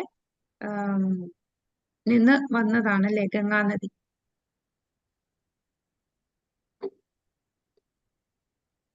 അപ്പൊ ഗംഗ ഒഴുകുന്നിടത്തെല്ലാം എല്ലാ ജനങ്ങൾക്കും പവിത്രീകരിക്കുകയാണ്. ഇപ്പൊ ഗംഗാ നദിയിൽ നമ്മൾ സ്നാനം ചെയ്യുമ്പോൾ നമ്മളെ ബാഹ്യമായിട്ടും ആന്തരികമായിട്ടും നമ്മളെ പവിത്രീകരിക്കുന്നു. നമ്മൾ ചെയ്ത പാപങ്ങളെല്ലാം നിന്ന് കഴുകിക്കളയുകയാണ് ഗംഗയിൽ സ്നാനം ചെയ്യുമ്പോൾ. അപ്പൊ ഇതൊക്കെയാണ് പവിത്ര സ്ഥലം. അപ്പൊ ഗംഗ ഒഴുകുന്ന സ്ഥലത്ത് താമസിക്കുക എന്ന് പറഞ്ഞാൽ അതും പവിത്രമായ സ്ഥലമാണ്. കാരണം ഗംഗ അവിടെയെല്ലാം അവർ പവിത്രീകരിക്കപ്പെടുകയാണ്. ഇനി അപ്പൊ നമ്മൾക്ക് എങ്ങനെയാണ്? നമ്മളവിടെ ഒന്നും അല്ലല്ലോ, നമ്മളിവിടെ എല്ലാരും പല സ്ഥലങ്ങളിലാണ്. അപ്പൊ എന്ത് ചെയ്യാം? അതാണ് നമ്മുടെ അവബോധത്തെ ധാമില് ആണ് സ്ഥിതി ചെയ്യുന്നതെന്നുള്ള ലെവലിലേക്ക് ആക്കുക. കൂടാതെ നമ്മൾ ഫിസിക്കലായിട്ട് നമുക്ക് ഭഗവാന് സേവനം ചെയ്യാനായിട്ട് ഇതുപോലെ കൃഷ്ണാവബോധപരമായിട്ടുള്ള പ്രചാരണം ചെയ്യുന്ന സ്ഥലത്ത്, ഇപ്പൊ ഇസ്കോൺ ടെമ്പിൾ ആ ക്ഷേത്രങ്ങൾക്ക് അടുത്ത് താമസിക്കുകയാണെന്നുണ്ടെങ്കിൽ നമുക്ക് അവിടെ എന്നും ക്ഷേത്രത്തിൽ പോയി സേവനങ്ങൾ ചെയ്യാൻ സാധിക്കും. അങ്ങനെ നമുക്ക് ശുദ്ധീകരിക്കപ്പെടാം. അപ്പൊ ആ സ്ഥലത്ത് താമസിക്കാൻ പറ്റാത്തവരെന്താണ്? ശ്രീല പ്രഭുപാദർ ലോകമെമ്പാടും ഇസ്കോൺ ക്ഷേത്രങ്ങൾ പണിതു. ലോകമെമ്പാടും വൈകുണ്ഠമാണ് കൊണ്ടുവന്നത്. ആ പുണ്യ സ്ഥലത്തെ എല്ലായിടത്തും കൊണ്ട് തന്നു. അപ്പൊ ആ സ്ഥലം എന്ന് പറയുന്നത് നമുക്കടുത്തുള്ള ആ ഇസ്കോൺ ക്ഷേത്രങ്ങളാണ്. അപ്പൊ അവിടെ നമ്മൾ പോകുമ്പോൾ നമ്മൾ ശുദ്ധീകരിക്കപ്പെടും. ആവശ്യമുള്ളത് മാത്രം സ്വീകരിക്കുക. അല്ലെ? ഇത് നമ്മള് ആ, നമ്മളുടെ ഉപദേശാമൃതത്തിൽ പറയുന്നുണ്ട്. അത്യാഹാര പ്രയാസശ്ച പ്രജൽപ, ആ ശ്ലോകത്തിൽ പറയുന്നുണ്ടല്ലോ. അപ്പം അമിതമായിട്ടൊന്നും ആഹാരം കഴിക്കുക, അമിതമായിട്ട് സമ്പാദ്യം സ്വരൂപിക്കുക, ഇതെല്ലാം എന്താണ്? നമ്മളെ ഭക്തിയെ നശിപ്പിക്കുന്നതാണ്. അപ്പം ശാരീരിക ആവശ്യങ്ങൾക്ക് നമുക്ക് നിലനിൽക്കാനായിട്ടുള്ള കാര്യങ്ങൾ സ്വീകരിക്കുക. കാരണം ഒരുപാടാകുമ്പോൾ, ഭൗതികമായിട്ടുള്ള കാര്യങ്ങൾ ഒരുപാട് നമ്മൾ സ്വീകരിക്കുമ്പോൾ നമ്മൾ ഭഗവാന്റെ ശ്രദ്ധ കുറയും. നമ്മൾ അതേക്കുറിച്ചായിരിക്കും കൂടുതൽ നമ്മളുടെ സമയവും നമ്മളുടെ ശക്തിയും എല്ലാം ആ ഭൗതിക കാര്യങ്ങൾക്ക് വേണ്ടി നമ്മൾ ഉപയോഗിക്കും. അപ്പോൾ ഭഗവാനെ ഓർക്കാൻ നമുക്ക് സാധിക്കില്ല. അതുകൊണ്ട് ആവശ്യമുള്ളത് മാത്രം നമ്മൾ സ്വീകരിക്കുക. ആത്മീയ പുരോഗതിക്കായി യഥാർത്ഥ പ്രതിജ്ഞ ചെയ്യുക. അപ്പൊ ആത്മീയ പുരോഗതിക്കായിട്ട് ഭക്തിക്ക് തടസ്സം നിൽക്കുന്ന കാര്യങ്ങളെല്ലാം നമ്മൾ ഉപേക്ഷിക്കുക. അപ്പം ഭക്തിക്ക് തടസ്സം നിൽക്കുന്നതെന്ന് പറഞ്ഞാൽ നമുക്കറിയാം, 4 യമനിയമങ്ങൾ പാലിക്കാൻ സാധിക്കാത്തവർ അതിനുവേണ്ടി നമ്മൾ പ്രയത്നിക്കണം. 4 കാര്യങ്ങൾ, ചൂതാട്ടം, മത്സ്യമാംസാദികൾ കഴിക്കുക, ലഹരി പദാർത്ഥങ്ങൾ ഉപയോഗിക്കുക, പരസ്ത്രീ പുരുഷ ബന്ധം, ഇതൊക്കെ നമ്മളുടെ ജീവിതത്തിൽ അത് ഒരിക്കലും ചെയ്യാത്ത ലെവലിലേക്ക് നമ്മൾ ഉയരുക. ഇനി നമ്മൾ ഇതെല്ലാം പാലിക്കുന്നുണ്ട്, നമ്മൾ ഭക്തരായി ഗുരുവിൽ നിന്ന് ദീക്ഷയൊക്കെ എടുത്തു കഴിഞ്ഞാൽ പിന്നെ നമ്മൾ അഫക്ട് ചെയ്യുന്ന ഒരു കാര്യം, ഭക്തരിലുള്ള കുറ്റം കണ്ടുപിടിക്കുക എന്നുള്ള ഒരു സ്വഭാവം നമ്മളിലുള്ള വരും. അപ്പൊ അതും എന്താണ്? ഭക്തനെ നമ്മൾ തെറ്റ് കണ്ടുപിടിക്കുക എന്ന് പറഞ്ഞാൽ അത് വൈഷ്ണവ അപരാധമായി മാറുകയാണ്.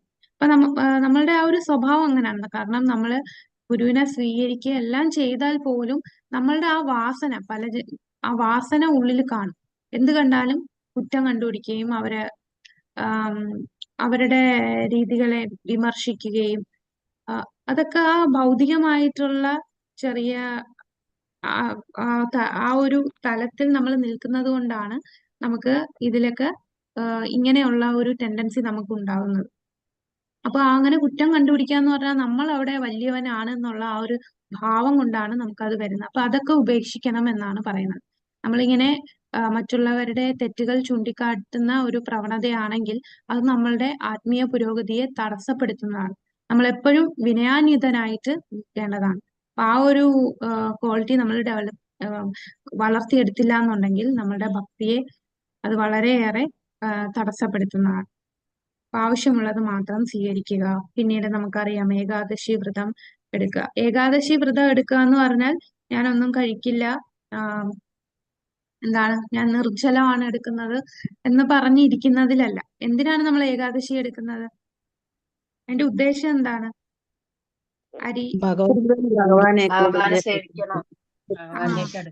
ആ ദിവസം നമ്മൾ ശാരീരികമായിട്ടുള്ള കാര്യങ്ങളൊക്കെ ഉപേക്ഷിച്ച് കൂടുതൽ സമയം ഭഗവാന്റെ നാമജപത്തിലും ഭഗവത് സേവനത്തിലും മുഴുകിയിരിക്കാൻ എന്നുള്ള ഉദ്ദേശത്തിലാണ്. അല്ലാതെ അന്നത്തെ ദിവസം ഉപവാസം എടുത്ത് പട്ടിണി കിടന്നുറങ്ങാനുള്ളതല്ല. ഞാൻ ഏകാദശി എടുത്തു, ഇന്നൊന്നും കഴിച്ചില്ല, അതിലല്ല. എന്തിനാണ് ഏകാദശി ചെയ്യുന്നത്? കൂടുതൽ നാമം ജപിക്കുക, പരമാവധി സമയം നമ്മൾ ഭഗവത് സേവനത്തിന് വേണ്ടി ഉപയോഗിക്കുക, ഭഗവാനെ സ്മരിക്കുക. അപ്പൊ ആ ഒരു ദിവസം ഭഗവാന് വേണ്ടി നമ്മൾ പൂർണ്ണമായി സമർപ്പിക്കാൻ വേണ്ടിയാണ് ഏകാദശി എടുക്കുക. പിന്നെ ആൽമരങ്ങളോട് ആദരവ് അർപ്പിക്കുന്നു. അപ്പൊ ആൽമരം എന്ന് പറയുമ്പോൾ നമ്മള് ഭക്തന്മാര് തുളസി ചെടിക്ക് വലം വെക്കുന്നു, വെള്ളം ഒഴിക്കുന്നു. അപ്പം പിന്നീട് ഗോക്കളെ, ബ്രാഹ്മണരെ പൂജിക്കുന്നു, വൈഷ്ണവരെ പ്രണാമിക്കുന്നു, ധ്യാനിക്കുന്നു. ഇപ്പൊ ഇങ്ങനെ ഈ പ്രവർത്തികൾ ചെയ്യുമ്പോൾ നമ്മളുടെ പൂർവ്വ പാപങ്ങളുടെ ശക്തി കുറയും. നമ്മൾ തുളസിയെ വലം വെക്കുമ്പോൾ നമ്മൾ ചൊല്ലുന്നത് എന്താണ്?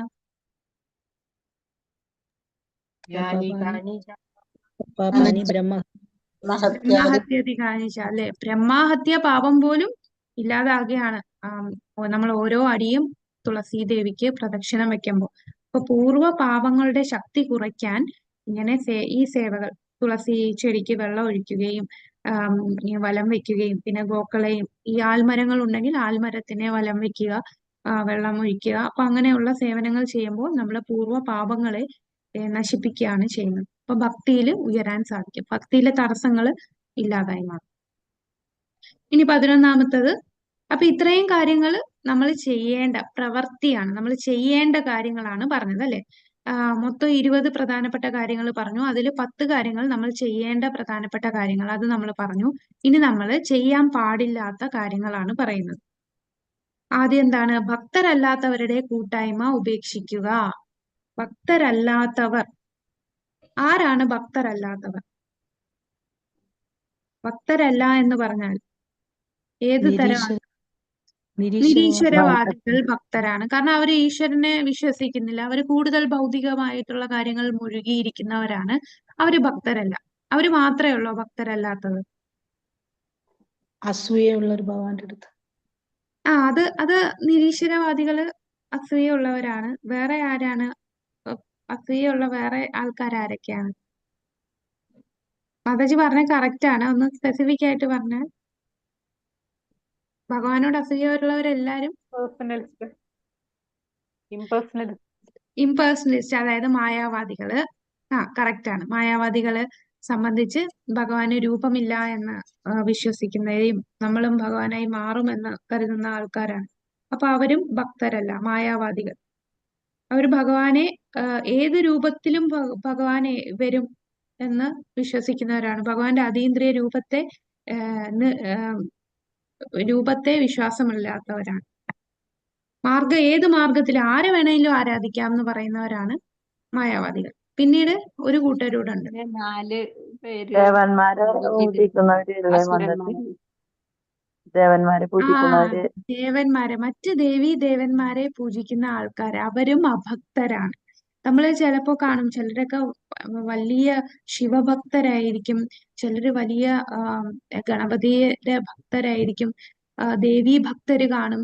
അപ്പോ അവരുടെ ഭക്തി കണ്ട് നമ്മൾ അതിശയിച്ചു പോകും. പക്ഷെ അവരെ ഒന്നും ഭക്തരുടെ കൂട്ടത്തിൽ കൂട്ടില്ല. അപ്പൊ അഭക്തർ, കാരണം അവരെല്ലാം വൈഷ്ണവരാണ്. വൈഷ്ണവരുടെ സംഘത്തിൽ ചേരുക. കാരണം ഈ മറ്റ് ദേവീ ദേവന്മാരെ ആരാധിക്കുന്നവരെ അഭക്തരായിട്ട് കൂട്ടാനുള്ള കാരണം അവരെ സംബന്ധിച്ച് എല്ലാരെയും പരമദിവ്യോത്തമ പുരുഷനാണ് ഭഗവാൻ എന്ന് അവർ അംഗീകരിക്കുന്നില്ല. അപ്പൊ ഭഗവാന്റെ പരമോന്നത തത്വം മനസ്സിലാക്കാത്ത ആൾക്കാരെല്ലാം അഭക്തരായിട്ടാണ് അഭക്തരുടെ കൂട്ടത്തിലുള്ളതാണ്. അപ്പൊ മറ്റ് ദേവീദേവന്മാർ, അവരെ സംബന്ധിച്ച് ദേവൻ ആയിരിക്കും ഏറ്റവും പരമോന്നതം. ഭഗവാൻ കൃഷ്ണനെ പരമോന്നതമായിട്ട് അവർ കാണുന്നില്ല. ഭഗവാൻ കൃഷ്ണനെ പോലും അവരുടെ മറ്റു ദേവന്മാരുടെ തലത്തിലേക്ക് കൊണ്ടാണ് വരുന്നത്. അപ്പൊ അവരെ സംബന്ധിച്ച് ശിവനെ പോലെ മറ്റൊരു ദൈവമാണ് കൃഷ്ണൻ, ദേവിയെ പോലൊരു ദൈവമാണ്. എനിക്ക് ദേവിയോടാണ് അട്രാക്ഷൻ, അതുകൊണ്ട് ഞാൻ ദേവിയെ ആരാധിക്കുന്നു എന്ന് ഉള്ള ചിന്താഗതി. എല്ലാവരും ഒരേ ലെവലിലാണ് കാണുന്നത്. നമ്മള് നാമാപരാധത്തിൽ രണ്ടാമത്തേത് എന്താണ് പറയുന്നത്? ഭഗവാൻ വിഷ്ണുവിന് ബ്രഹ്മാവ്, ശിവൻ തുടങ്ങിയ ദേവന്മാരുടെ നാമങ്ങളെ വിഷ്ണുവിന്റെ നാമങ്ങൾ ചിന്തിക്കുന്നു. അപ്പം ബ്രഹ്മാവ്, ശിവൻ ശിവന്റെയും നാമത്തെ ഭഗവാന്റെ നാമത്തിന് തുല്യമായിട്ട് കാണുന്നത് അത് അപരാധമാണ്. അപ്പൊ അങ്ങനെ കാണുന്ന ആൾക്കാരാണ് രണ്ടാമത് മറ്റ് ദേവീ ദേവന്മാരെ ആരാധിക്കുന്നവർ. അവരും അഭക്തരാണ്, ഭക്തരല്ല. അപ്പൊ ഇവരുടെ കൂട്ടായ്മ ഉപേക്ഷിക്കണം, അവരുമായിട്ടുള്ള സംഘം ചേരരുത്. ഇപ്പൊ ചിലര് വിചാരിക്കും എന്തായാലും ഒരു ക്ഷേത്രത്തിൽ പോകുന്നവരാണ്, എന്താ കൃഷ്ണനെ മാത്രമല്ലല്ലോ എല്ലാരും ദൈവമല്ലേ എന്നൊക്കെ ചിന്തിക്കുന്ന ആൾക്കാര് കാണും. അപ്പൊ അവരുമായിട്ട് നമ്മൾ സംഘം ചേരാൻ പാടില്ല.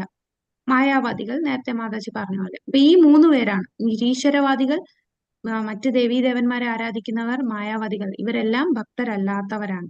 ഇവരുടെ സംഘം ഉപേക്ഷിക്കുക. ഭക്തരല്ലാത്തവരുടെ ബന്ധം ഉപേക്ഷിക്കാൻ ചൈതന്യ മഹാപ്രഭു പറയുന്നുണ്ട്.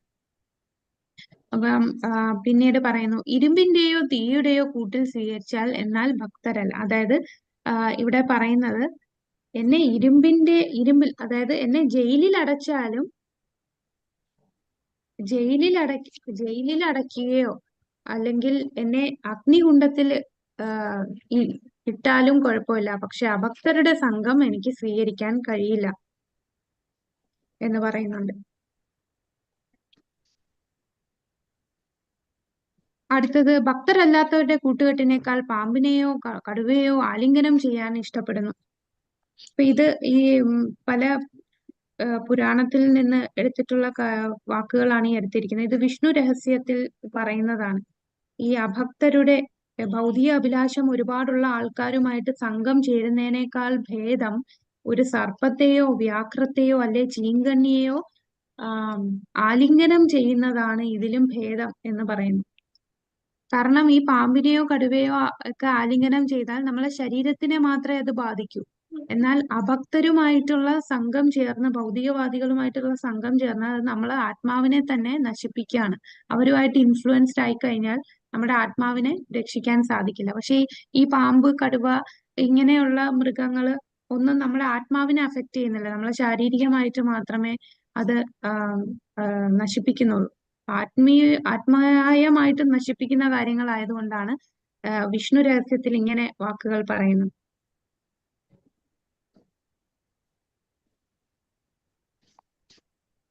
അടുത്തത് 12ാമത്തത്, യോഗ്യതയില്ലാത്ത ശിഷ്യരെ സ്വീകരിക്കരുത്. അപ്പോൾ ശിഷ്യന്മാരെ ഇനി 12 തൊട്ട് 14 വരെയുള്ള കാര്യങ്ങളാണ്. അയോഗ്യരായ ശിഷ്യന്മാർ, കണക്കറ്റ ക്ഷേത്ര നിർമ്മാണം, കണക്കിൽ കവിഞ്ഞ ഗ്രന്ഥപാരായണം എന്നിവ അംഗീകരിക്കരുത്. അപ്പൊ ആവശ്യത്തിൽ കൂടുതൽ ശിഷ്യന്മാരെ സ്വീകരിക്കരുത്. ഒരുപാട് ക്ഷേത്രങ്ങൾ നിർമ്മിക്കരുത്. ഒരുപാട് ഗ്രന്ഥങ്ങൾ, ഒരു കണക്കിൽ കവിഞ്ഞ ഗ്രന്ഥങ്ങൾ വായിക്കരുത്, പാരായണം ചെയ്യരുത് എന്ന് പറയുന്നു. എന്നാൽ ഈ പറഞ്ഞ കാര്യങ്ങൾ നമ്മുടെ ഇസ്കോണുമായിട്ട് നോക്കുമ്പോൾ പല ഒരു കോൺട്രഡിക്ഷൻ വരുന്നുണ്ട്. അതെങ്ങനെയാണ്? ശ്രീല പ്രഭുപാദർ ഒരുപാട് ശിഷ്യന്മാരെ സ്വീകരിച്ചു. പാശ്ചാത്യ ദേശത്ത് 3 മാസം 6 മാസം ഒക്കെ കൊണ്ട് കൃഷ്ണാബോധത്തിൽ വന്നവരെ അദ്ദേഹം ദീക്ഷ കൊടുക്കാൻ തുടങ്ങി. ഒരുപാട് ക്ഷേത്രങ്ങൾ പണിതു. അപ്പൊ ഇത് രൂപഗോസ്വാമി പറഞ്ഞ ഈ തത്വങ്ങളിൽ നിന്ന് വിപരീതമായിട്ടല്ലേ ചെയ്തത് എന്ന് തോന്നാം. പക്ഷേ ഇവിടെ നമ്മൾ മനസ്സിലാക്കേണ്ടത് സമയം, കാലം, അല്ലെ, ടൈം, പ്ലേസ്, സർക്കംസ്റ്റാൻസസ്, സമയം, കാലം, സ്ഥലം, ഇതെല്ലാം അനുസരിച്ച് ഗുരുവിന് കാര്യങ്ങൾ മാറ്റാം. പക്ഷെ അത് തത്വത്തിൽ നിന്ന് അദ്ദേഹം ഒരിക്കലും പിന്തിരിയില്ല. അതായത് ഒരു സന്യാസി ഏത് രാജ്യത്ത് പോയാലും സന്യാസിയുടെ വേഷം, അതിൽ നിന്ന് ഒരു മാറ്റവും ഉണ്ടാവാൻ പാടില്ല. 4 യമനിയമങ്ങൾ നമ്മൾ എവിടെ പോയാലും അതിനെ ഒരിക്കലും അതിൽ നിന്ന് പിന്തിരിയാൻ പാടില്ല. ഇങ്ങനെയുള്ള കാര്യങ്ങളിലൊന്നും അദ്ദേഹം മാറ്റം വരുത്തിയില്ല. പക്ഷെ ആ ഒരു കാലഘട്ടത്തില്, ആ ഒരു സമയത്ത് പാശ്ചാത്യ ദേശത്ത് കൂടുതൽ ആൾക്കാരെ ഇതിലേക്ക് കൊണ്ടുവരാനായിട്ട് ക്ഷേത്രങ്ങൾ പണിയേണ്ടതായിട്ടുണ്ട്. കൂടുതൽ പേരെ ശിഷ്യന്മാരായിട്ട് സ്വീകരിക്കേണ്ടതായിട്ടുണ്ട്. അപ്പൊ ഒരുപാട് പേരെ കൃഷ്ണാബോധത്തിലേക്ക് കൊണ്ടുവരാനായിട്ട് ഇങ്ങനെ കാര്യങ്ങൾ ചെയ്യുന്നു. അപ്പൊ ഈ ഒരുപാട് ശിഷ്യരെ സ്വീകരിക്കരുത് എന്ന് പറഞ്ഞാൽ നമ്മളുടെ അവബോധം, ആ ഒരു ഗുരുവിന്റെ ചില ആൾക്കാരുണ്ട്, ഒരുപാട് ശിഷ്യര് കാണും. അതിൽ അവർക്ക് ഞാനൊരു ഗുരുവാണ്, എനിക്ക് ഒത്തിരി ശിഷ്യന്മാരുണ്ട് എന്നുള്ള ഒരു അഹങ്കാരം അവരുടെ ഉള്ളിൽ വരിക. കൂടാതെ അവർക്ക് ഇതിൽ കൂടെ ഒരുപാട് പൈസ സ്വരൂപിക്കുക, ഇങ്ങനെയുള്ള ചിന്താഗതി ഉണ്ടെങ്കിൽ അത് ഒരിക്കലും ഒരു ഗുരുവിന് യോജിച്ച മനോഭാവമല്ല. അപ്പൊ ഈ മനോഭാവത്തോടു കൂടി ഒരുപാട് ശിഷ്യരെ സ്വീകരിക്കരുത് എന്നാണ് പറയുന്നത്. അപ്പൊ ശ്രീല പ്രഭുപാദർ ശിഷ്യന്മാരെ സ്വീകരിച്ചതിനുള്ള റീസൺ എന്താണ്? എല്ലാരെയും കൃഷ്ണാബോധത്തിലേക്ക് കൊണ്ടുവരാനാണ്. അല്ലാതെ എനിക്ക് കീഴിൽ ഇത്രയും ശിഷ്യന്മാരുടെ എണ്ണം കൂട്ടാനോ അതില് അഹങ്കരിക്കാനോ അതില് ഗർവ് കാട്ടാനോ കൂടുതൽ പണം സ്വരൂപിക്കാനോ അല്ല. എല്ലാം ഭഗവത് സേവനം എന്നുള്ള ഇന്റൻഷനിലാണ് അദ്ദേഹം ഇത് ചെയ്യുന്നത്. അതുപോലെ നമ്മുടെ ഗുരു മഹാരാജ് എത്ര ശിഷ്യന്മാരെയാണ് സ്വീകരിച്ചത്? അത് അദ്ദേഹത്തിനോട് തന്റെ ഗുരുവായിട്ടുള്ള ശ്രീല പ്രഭുപാദർ ജയപതാക സ്വാമി മഹാരാജിന് കൊടുത്ത നിർദ്ദേശമാണ് ഒരുപാട് ശിഷ്യന്മാരെ സ്വീകരിക്കുക എന്നുള്ളത്. അപ്പൊ ആ ഗുരുവിന്റെ ആജ്ഞ അദ്ദേഹം ആ വാണി സേവ ചെയ്യുകയാണ്. കൂടാതെ ഒരുപാട് പേരെ കൃഷ്ണാബോധത്തിലേക്ക് കൊണ്ടുവരാൻ.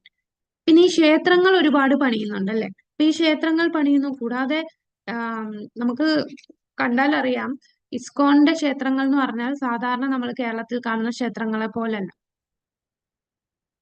ഒരുപാട് ആർഭാടത്തോടു കൂടിയാണ് ആ ക്ഷേത്രങ്ങൾ പണിഞ്ഞിരിക്കുന്നത്. അപ്പൊ ഇതിന്റെ കാരണം എന്താണ്? ആ ഒരു വ്യത്യാസം. കൂടാതെ എന്തിനാണ് ഈ ആർഭാടം കാണിക്കുന്നത്? ഇസ്കോൺ ക്ഷേത്രങ്ങളിൽ ഇത്രയും ചെലവ് ക്ഷേത്രം നിർമ്മിക്കാനുള്ള കാരണം ഭഗവാനെ രാജാവിനെ പോലെ വഴിക്കാൻ. അത് കറക്റ്റാണ്. ഭഗവാനെ നമ്മളെപ്പോഴും ആ ഐശ്വര്യഭാവത്തിലാണ് നമ്മൾ സേവനം ചെയ്യുന്നത്. കൂടാതെ നമ്മളിപ്പം ഗുരുവായൂർ ക്ഷേത്രം കണ്ടാലും അറിയാം, ഗുരുവായൂർ ക്ഷേത്രം പോലെ അല്ല ഇസ്കോന്റെ ക്ഷേത്രമൊക്കെ ചെയ്തിരിക്കുന്നത്. അപ്പൊ അതിന്റെ മെയിൻ ഒരു റീസൺ എന്ന് പറഞ്ഞാൽ ഈ ഭൗതികവാദികളെ കൂടുതൽ അട്രാക്ട് ചെയ്യിക്കുക എന്നുള്ള ഉദ്ദേശം ഉണ്ട്. കാരണം ഈ അവിടെ ക്ഷേത്രത്തിൽ താമസിക്കുന്ന സന്യാസിമാർക്ക് ഒന്നും ഈ ഐശ്വര്യം ആസ്വദിച്ച് ജീവിക്കാൻ വേണ്ടിയല്ല.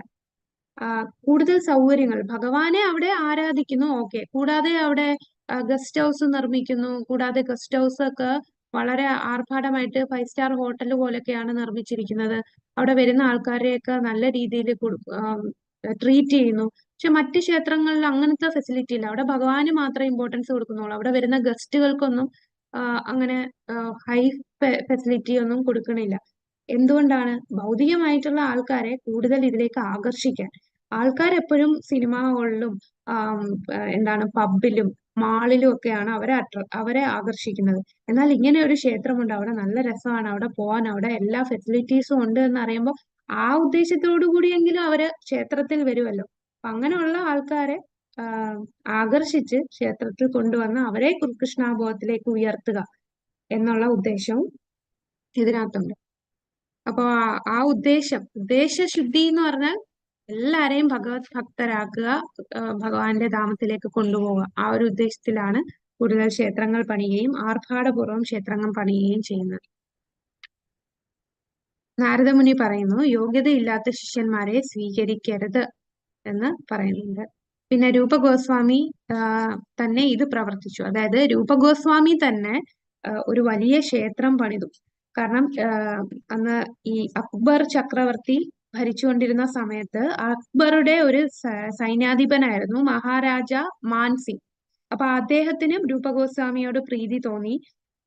തനിക്ക് എന്തെങ്കിലും സേവ രൂപഗോസ്വാമിക്ക് ചെയ്തു കൊടുക്കണം, അതുകൊണ്ട് എന്ത് വേണമെങ്കിലും ചോദിച്ചോളൂ എന്ന് പറയുമ്പോൾ രൂപഗോസ്വാമി പറയുന്നത് ഒരു വലിയ ക്ഷേത്രം പണിയാനാണ്, ഗോവിന്ദജിയുടെ നാമത്തിൽ നിർമ്മിക്കാനായിട്ട് അദ്ദേഹം നിർദ്ദേശിച്ചു. അപ്പൊ രൂപഗോസ്വാമി തന്നെ വലിയ ക്ഷേത്രം നിർമ്മിക്കാനായിട്ട് നമുക്ക് കാണിച്ചു തരുന്നുണ്ട്. അപ്പൊ നമ്മൾ നേരത്തെ പറഞ്ഞു പൂർവ്വാചാര്യന്മാരുടെ പാത സ്വീകരിക്കണം. അപ്പൊ പൂർവ്വാചാര്യന്മാർ ഇത് ചെയ്തിട്ടുണ്ട്. അഭിമാനവും അന്തസ്സും ഒഴിവാക്കുക. ഭക്തി സിദ്ധാന്ത സരസ്വതി താക്കൂറിന്റെ പുസ്തകങ്ങൾ അച്ചടിക്കുക എന്ന സൂത്രവാക്യം പിന്തുടരുക. എന്നാൽ അനാവശ്യമായിട്ട് നമ്മൾ ഇത്രയും വലിയ ക്ഷേത്രം പണിഞ്ഞു, അതിൽ നമ്മൾ സുഖമായിട്ട് ജീവിക്കാൻ വേണ്ടിയല്ല, ആർഭാടം നിറഞ്ഞ ക്ഷേത്ര മന്ദിരത്തിൽ സുഖമായിട്ട് ജീവിക്കാനും കൂടുതൽ ചെലവാക്കുന്നതും അതല്ല അംഗീകരിക്കുന്നത്. അവിടെയുള്ള സന്യാസിമാര് താമസിക്കുന്നത് എങ്ങനെയാണ്? അവര് ഇത്രയും ആർഭാടം ഉണ്ടെങ്കിലും നിലത്ത് തന്നെയാണ് കിടക്കുന്നത്. വളരെ സിമ്പിൾ ആയിട്ടുള്ള ജീവിതമാണ്. ഈ ആർഭാടമെല്ലാം ഭഗവത് സേവനവും പിന്നെ ഒരുപാട് ആൾക്കാരെ ആകർഷിക്കാനുമാണ്. അപ്പൊ ഭക്തി സിദ്ധാന്ത സരസ്വതി ഠാക്കൂർ അദ്ദേഹം പറയുന്നത് ഇങ്ങനെ ആർഭാടമായിട്ട് ജീവിക്കാൻ വേണ്ടിയല്ല ഈ ക്ഷേത്രം. അങ്ങനെയാണെങ്കിൽ നിങ്ങൾ ക്ഷേത്രം പണിയണ്ട, കിട്ടുന്ന പൈസയെല്ലാം എന്ത് ചെയ്യണം? പുസ്തകം പ്രസിദ്ധീകരിക്കാനായിട്ട് ഉപയോഗിക്കൂ. പുസ്തകങ്ങൾ അച്ചടിക്കുന്നതിന് വേണ്ടി whenever you get money, print books. ഇതാണ് പ്രഭുപാദർക്ക് ഇദ്ദേഹം കൊടുത്ത നിർദ്ദേശം. അപ്പൊ പണം ലഭിക്കുമ്പോൾ ബുക്കുകൾ അച്ചടിക്കുക. അതായത് ഭഗവത്ഗീത, ഭഗവാനുമായി ബന്ധപ്പെട്ട ആത്മീയാചാര്യന്മാരുടെ പുസ്തകങ്ങളെ പ്രസിദ്ധീകരിക്കുക. സാധാരണ ഇടപാടുകളിൽ നമ്മൾ എപ്പോഴും ശ്രദ്ധിക്കേണ്ട ഒരു കാര്യമാണ്. അതായത് കൃഷ്ണാബോധത്തിൽ നമ്മൾ നിൽക്കുമ്പോൾ ലാഭം, നഷ്ടം ഇങ്ങനെയുള്ള കാര്യങ്ങളിൽ നമ്മൾ ഒരിക്കലും വ്യാകുലപ്പെടാൻ പാടില്ല. കാരണം അങ്ങനെ വന്നാൽ നമ്മൾ ഭഗവാനെ സ്മരിക്കില്ല. ഇപ്പം എന്തെങ്കിലും നഷ്ടം വന്നാൽ പിന്നെ അയ്യോ നഷ്ടം വന്നല്ലോ, എൻ്റെ ഒരുപാട് പൈസ പോയല്ലോ, അതിനെക്കുറിച്ച് തന്നെ ചിന്തിച്ചുകൊണ്ടിരിക്കും.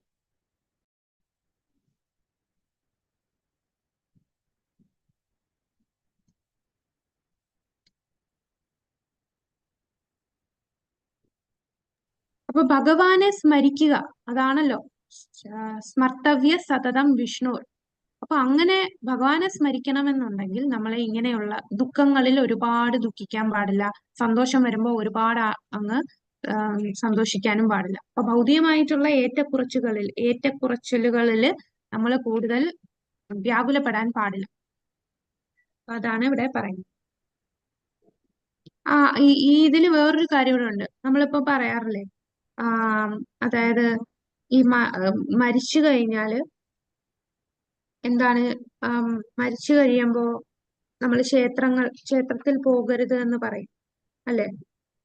അതിനുള്ള കാരണം എന്താണ്? മാതാജി നെഗറ്റീവ് എനർജി ഉണ്ടാവും എന്നുള്ളതല്ല മാതാജി അത്? നെഗറ്റീവ് എനർജിയുടെ അല്ല, ശരിക്കും അത് നമ്മളുടെ അവബോധത്തിന്റെ പ്രശ്നം. അശുദ്ധി ഉണ്ടാവും എന്ന് പറഞ്ഞിട്ടല്ലേ അശുദ്ധിയൊക്കെ പറയാം, അതൊക്കെ എക്സ്റ്റേണൽ ആയിട്ട് പറയുന്ന കാര്യങ്ങളാണ്. ഓക്കെ, അതൊക്കെ ഒരു എക്സ്റ്റേണൽ റീസൺസ് ആവാം. പക്ഷെ മെയിൻ ആയിട്ട് നമ്മൾ ക്ഷേത്രത്തിൽ പോകുമ്പോൾ നമ്മളുടെ ചിന്ത മൊത്തം ആരിലായിരിക്കണം? ആ വിഗ്രഹത്തിലായിരിക്കണം, ആ ഭഗവാനിലായിരിക്കണം ചിന്ത. പക്ഷെ നമ്മള് അടുത്ത ആൾക്കാര് മരിച്ചു കഴിഞ്ഞാൽ കുറച്ചു നാളത്തേക്ക് നമുക്ക് അവര് വേർപെട്ടതിന്റെ ദുഃഖമായിരിക്കും നമ്മളുടെ ഉള്ളിൽ. അപ്പൊ നമ്മളുടെ അവബോധം അവിടെ ചെന്ന് ഭഗവാനെ സ്മരിക്കുന്നതിലുപരി നമ്മളുടെ വിട്ടുപോയ ആ വ്യക്തിയെ കുറിച്ചായിരിക്കും നമ്മളുടെ ചിന്ത. അപ്പൊ നമ്മളുടെ അവബോധം ശുദ്ധിയല്ലാത്തത് കൊണ്ടാണ് ഇങ്ങനെ ക്ഷേത്രങ്ങളില് പോകരുത് എന്ന് പറയുന്നത്. അപ്പൊ അത് പല തലത്തിലുള്ള, അതായത് ബ്രാഹ്മണർക്ക് ഇത്ര ദിവസം, ക്ഷത്രിയർക്ക് വൈശ്യർക്ക് ഇത്ര ദിവസം, ശൂദ്രർക്ക് ഇത്ര ദിവസം എന്നുള്ള കണക്ക് പറയുന്നത്. അപ്പൊ അവരുടെ അവബോധം അനുസരിച്ച് അവർക്ക് ആ ഒരു ചിന്ത ശുദ്ധീകരിപ്പിക്കാൻ വേണ്ടിയാണ്. അപ്പൊ അതാണ് കാരണം നമ്മളുടെ ലക്ഷ്യം എന്ന് പറഞ്ഞാൽ നമ്മൾ ഈ സാധനയൊക്കെ ചെയ്യുന്നത് എന്തിനാണ്? ഭഗവാനെ എപ്പോഴും സ്മരിക്കുക എന്നുള്ളതാണ്. അപ്പൊ ക്ഷേത്രത്തിൽ പോകുമ്പോ ആ ഒരു സമയത്ത് നമ്മൾ പോകുമ്പോൾ നമുക്ക് സ്മരിക്കാൻ സാധിക്കില്ല. ദേവന്മാരെ അവഗണിക്കരുത് അല്ലെ? നമ്മൾ നേരത്തെ പറഞ്ഞു, ദേവന്മാരെ ഒരിക്കലും നിന്ദിക്കാൻ പാടില്ല. ദേവന്മാര് ആരാധിക്കുന്നില്ല, പക്ഷെ എന്ന് പറഞ്ഞ് നമുക്ക് നിന്ദിക്കാൻ ഒരു അവകാശവുമില്ല. കാരണം ദേവന്മാരെല്ലാം ഭഗവാന്റെ പ്രതിനിധികളാണ്. ഭഗവാനാണ് ഈ ദേവന്മാർക്ക് ഓരോ സ്ഥാനങ്ങൾ കൊടുത്തത്. എന്തൊക്കെ ഡ്യൂട്ടീസ് ആണ് ഓരോരുത്തർ ചെയ്യേണ്ടത്, അവരത് അവർക്ക് തന്നിട്ടുള്ള ആ സ്ഥാനം അനുസരിച്ച് അവർ പ്രവർത്തികൾ അവരുടെ ഡ്യൂട്ടീസ് ചെയ്യുകയാണ്. അപ്പൊ ആ ദേവന്മാരെ നമ്മൾ നിന്ദിക്കാൻ പാടില്ല. അപ്പം വൈഷ്ണവരെന്ന് പറഞ്ഞാൽ ഒരു എറുമ്പിനെ പോലും ബഹുമാനിക്കുന്നവരാണ്. അപ്പൊ പിന്നെ ശിവനെയും ബ്രഹ്മാവിനെയും പോലുള്ള ദേവന്മാരുടെ കാര്യം പറയണം. അപ്പൊ ദേവന്മാരെ നമ്മൾ ബഹുമാനിക്കണം. കൃഷ്ണൻ, ഹരി എല്ലാ ദേവന്മാരുടെയും അധിപതിയാണ്. അതുകൊണ്ട് അദ്ദേഹം സദാ ആരാധ്യനാണ് എന്ന് വെച്ച് ദേവന്മാരെ ബഹുമാനിക്കരുത് എന്നല്ല ഇതിന്റെ അർത്ഥം. ഇനി ഒരു ജീവജാലങ്ങൾക്കും വേദന ഉണ്ടാക്കരുത്, അതാണ് 18ാമത്തെ കാര്യം പറയുന്നത് അല്ലെ? ഒരു ജീവനെയും വേദനിക്കൽ, ഒരു ഉറുമ്പിനെ പോലും വേദനിപ്പിക്കാൻ ആഗ്രഹിക്കുന്നവരല്ല വൈഷ്ണവർ. എല്ലാവരെയും കുട്ടികളായി പരിഗണിച്ചാൽ ഭഗവാൻ അത് ഇഷ്ടപ്പെടും. അപ്പൊ നമ്മൾ ചെയ്യേണ്ടത്, എല്ലാരെയും ഭഗവാന്റെ മക്കളാണ്.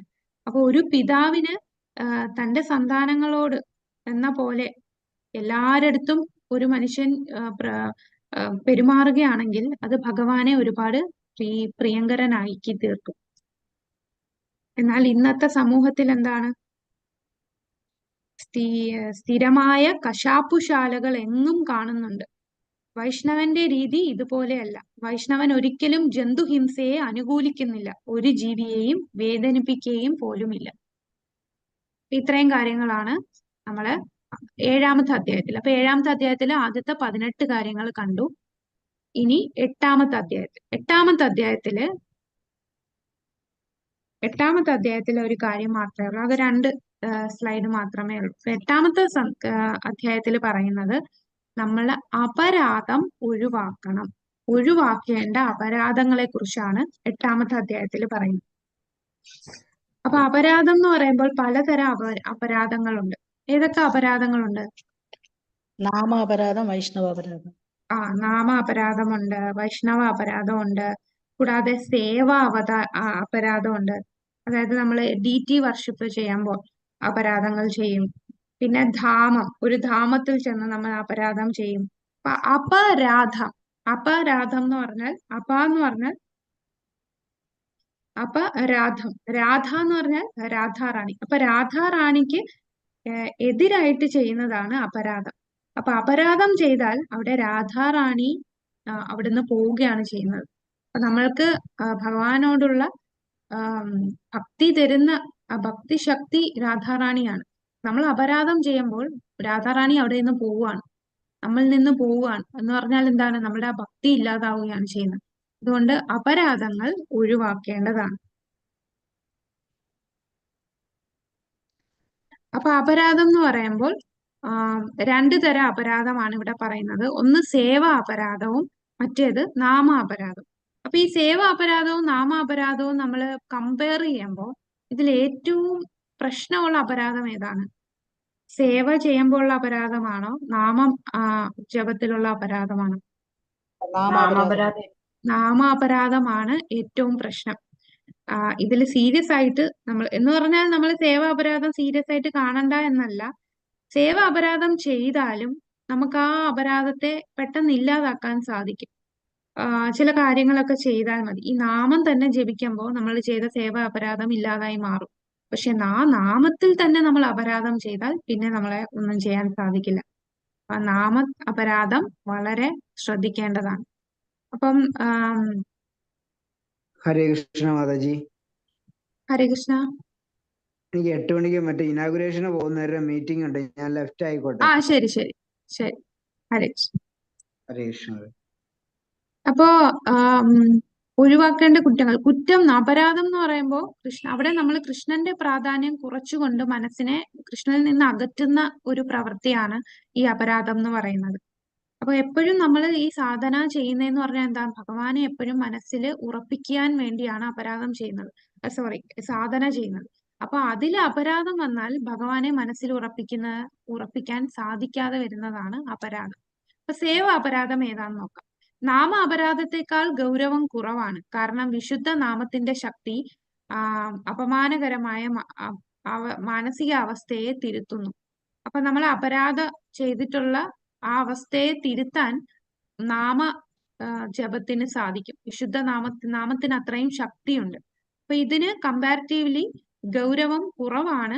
നാമ അപരാധത്തെക്കാൾ ഗൗരവം കുറവാണ് സേവാ അപരാധം. അതായത് സേവാ അപരാധം എന്ന് പറഞ്ഞാൽ നമ്മൾ വിഗ്രഹ ആരാധന ചെയ്യുന്ന സമയത്ത് എന്തെങ്കിലും അപരാധം ചെയ്താൽ അതിനെയാണ് സേവാ അപരാധം എന്ന് പറയുന്നത്. ദേവാരാധനയെ മനഃപൂർവ്വം അവഗണിക്കുക എന്നല്ല ഇതിനർത്ഥം. എന്ന് പറഞ്ഞാൽ സേവാ അപരാധം ചെയ്താലും കുഴപ്പമില്ല, അത് ആ അപരാധം നമ്മൾ കാര്യമാക്കണ്ട എന്നല്ല ഇതിന്റെ അർത്ഥം. നമ്മൾ അതും ശ്രദ്ധിക്കേണ്ടതാണ്. അപ്പൊ ഇതിനകത്ത് നമുക്ക് പുസ്തകത്തിൽ നോക്കിയാൽ കാണാം ഒരുപാട് കാര്യങ്ങൾ പറയുന്നുണ്ട്. നമ്മൾ ക്ഷേത്രത്തില് കാറിലോ പല്ലക്കിലോ ചെരുപ്പിട്ടൊന്നും ക്ഷേത്രത്തിൽ കടക്കരുത്. പിന്നെ ജന്മാഷ്ടമി, രഥയാത്ര, ഭഗവാന് പ്രിയപ്പെട്ട ഉദ്ഘാടനങ്ങൾ നമ്മൾ ഒഴിവാക്കരുത്. വിഗ്രഹത്തിന്റെ മുമ്പിൽ നമസ്കരിക്കണം. അതിലൊരിക്കലും മുടക്കം വരുത്താൻ പാടില്ല. ഭക്ഷണം കഴിഞ്ഞ് നമ്മളുടെ കയ്യും കാലും കഴുകാതെ ഭഗവാന്റെ പൂജാക്ഷേത്രത്തിൽ പ്രവേശിക്കരുത്. അശൗചമുള്ള ക്ഷേത്രത്തിൽ കടക്കരുത്. അത് അശൗചം എന്ന് പറഞ്ഞാൽ ഈ അശൗചം ഉള്ളപ്പോൾ ക്ഷേത്രത്തിൽ കടക്കരുത്. നേരത്തെ പറഞ്ഞില്ലേ, അശൗചം എന്ന് പറയുമ്പോൾ നമ്മളെ കുടുംബത്തിൽ ഒരാൾ മരിക്കുകയോ അങ്ങനെയുള്ള സമയത്തൊക്കെ നമ്മള് അശുദ്ധ കാലമാണ്. കാരണം ആ സമയങ്ങളിൽ നമുക്ക് ഭഗവാനെ സ്മരിക്കാൻ സാധിക്കാത്തത് കൊണ്ട് നമ്മള് അശുദ്ധമാണ്. അപ്പൊ അതുകൊണ്ട് ആ സമയത്ത് നമ്മൾ ഭഗവാനെ ക്ഷേത്രത്തിൽ കടക്കരുത്. ഒരു കൈ കൊണ്ട് നമസ്കരിക്കരുത്. പിന്നീട് പറയുന്നുണ്ട് വിഗ്രഹത്തിന് മുമ്പില് കാല് വെക്കരുത്. ഒരു കൈ കൊണ്ട് കാലിലോ മുട്ടിലോ പിടിച്ചുകൊണ്ട് വിഗ്രഹത്തിന് മുമ്പിൽ ഇരിക്കരുത്. വിഗ്രഹത്തിന് മുമ്പിൽ കിടക്കാൻ പാടില്ല. വിഗ്രഹത്തിന്റെ മുന്നിൽ പ്രസാദം സ്വീകരിക്കരുത്. വിഗ്രഹത്തിന്റെ മുമ്പിൽ നിന്ന് കള്ളം പറയരുത്. വിഗ്രഹത്തിന്റെ മുമ്പിൽ വെച്ച് ഉച്ചത്തിൽ സംസാരിക്കരുത്. വിഗ്രഹത്തിന്റെ മുന്നിൽ മറ്റുള്ളവരുമായി വർത്താനം പറയരുത്.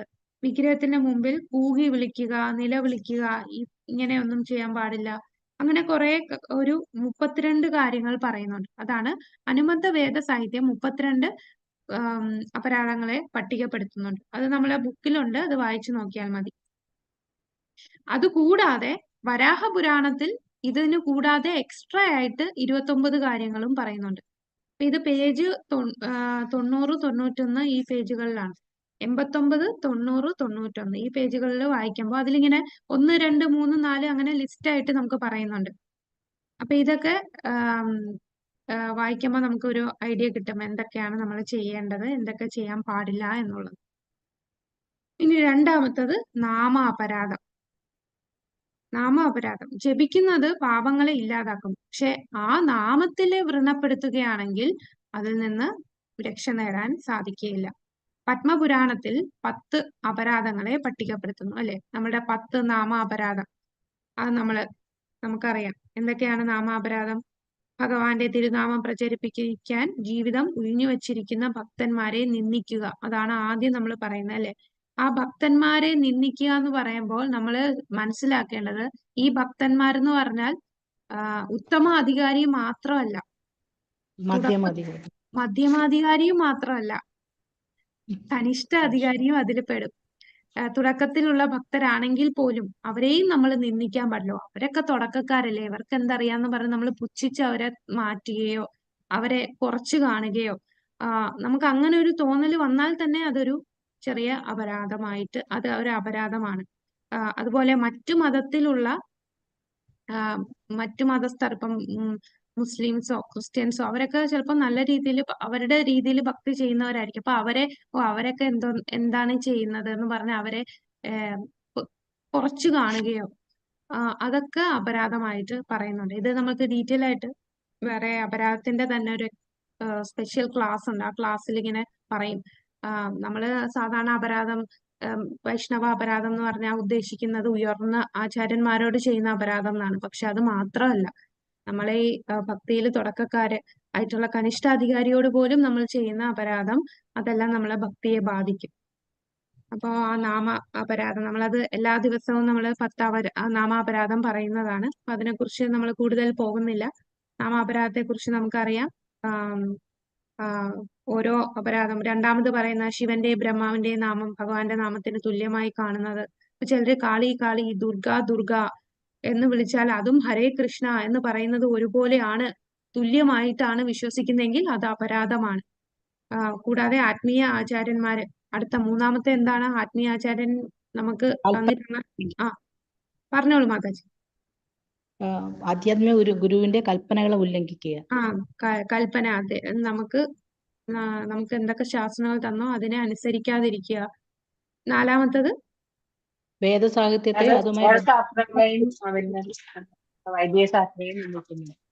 ഗ്രന്ഥങ്ങളെ അനുസരിക്കാതെ ഗ്രന്ഥങ്ങളെ നിഷേധിക്കുന്നത്, അതിനെ ദുഷിക്കുക, ഇതൊക്കെ അപരാധമാണ്. പിന്നെ അഞ്ചാമത്തത് ഹരേ കൃഷ്ണ മഹാമന്ത്ര ജപത്തെ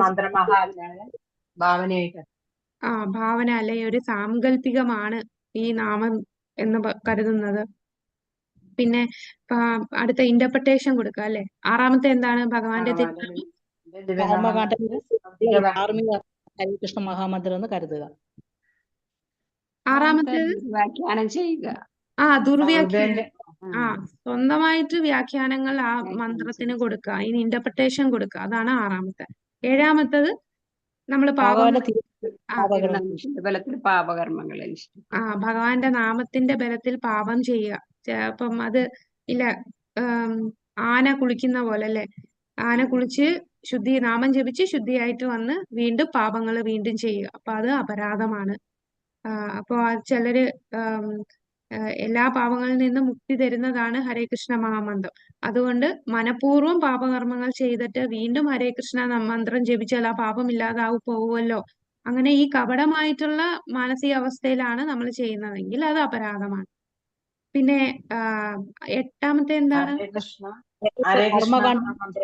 വേദങ്ങളിലെ ഫലോദിഷ്ട കർമ്മങ്ങളെ ഒരു മംഗളകരമായ ചടങ്ങായിട്ട് ഒരു മംഗളകർമ്മമായിട്ട് കാണുന്നത്. കർമ്മകാണ്ഡത്തിൽ പറയുന്ന പോലെ ഉള്ള ഒരു മംഗളകരമായിട്ടുള്ള പ്രവൃത്തിയാണ് ഹരേ കൃഷ്ണ മഹാമന്ത്രം എന്ന് കരുതുന്നത് അപരാധമാണ്. ഒൻപതാമത്തത് ഭഗവാന്റെ മഹിമകളെ കുറിച്ച് അവിശ്വാസിയോട് ഭഗവാൻ നാമത്തിന്റെ മഹാത്മ്യത്തെ കുറിച്ച് സംസാരിക്കുക. പത്താമത്തേത് പല നാമനിർദ്ദേശങ്ങളും പൂർണ്ണമായി വിശ്വാസമില്ലാതെ ഭൗതിക ആഗ്രഹങ്ങൾ വച്ചു പുലർത്തുകയും ചെയ്യുക. ഇതെല്ലാം കേൾക്കുകയും മനസ്സിലാക്കുകയൊക്കെ ചെയ്തിട്ടും അതിനോട് വിശ്വാസം വരുന്നില്ല. എപ്പോഴും വീണ്ടും ഭൗതികമായിട്ടുള്ള ആഗ്രഹം വെച്ച് പുലർത്തുക. അപ്പൊ ഈ നാമ അപരാധത്തിന് എല്ലാത്തിനും റൂട്ട് കോസ് എന്താണെന്നറിയോ? അപരാധം ചെയ്യാനുള്ള കാരണം എന്താണ്? ഇത് അങ്ങോട്ടും ഇങ്ങോട്ടും ബന്ധപ്പെടും.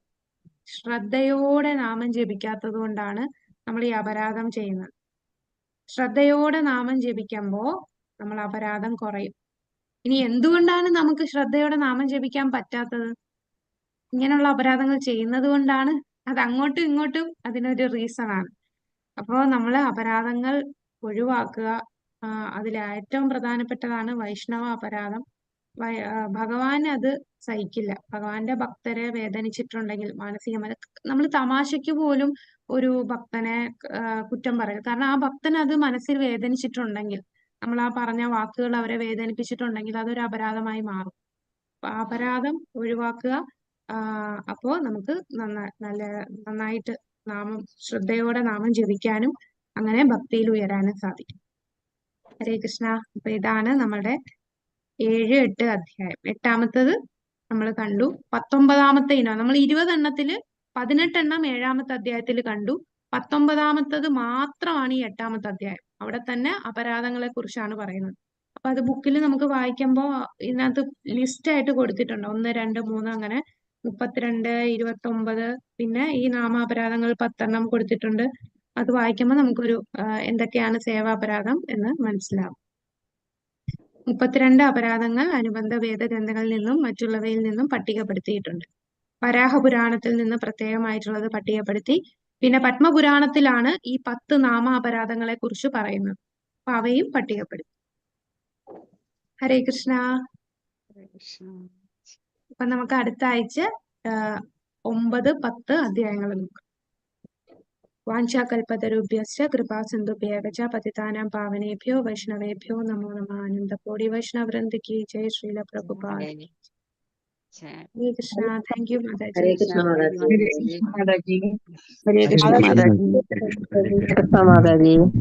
ഹരേ കൃഷ്ണ. ഹരേ കൃഷ്ണ.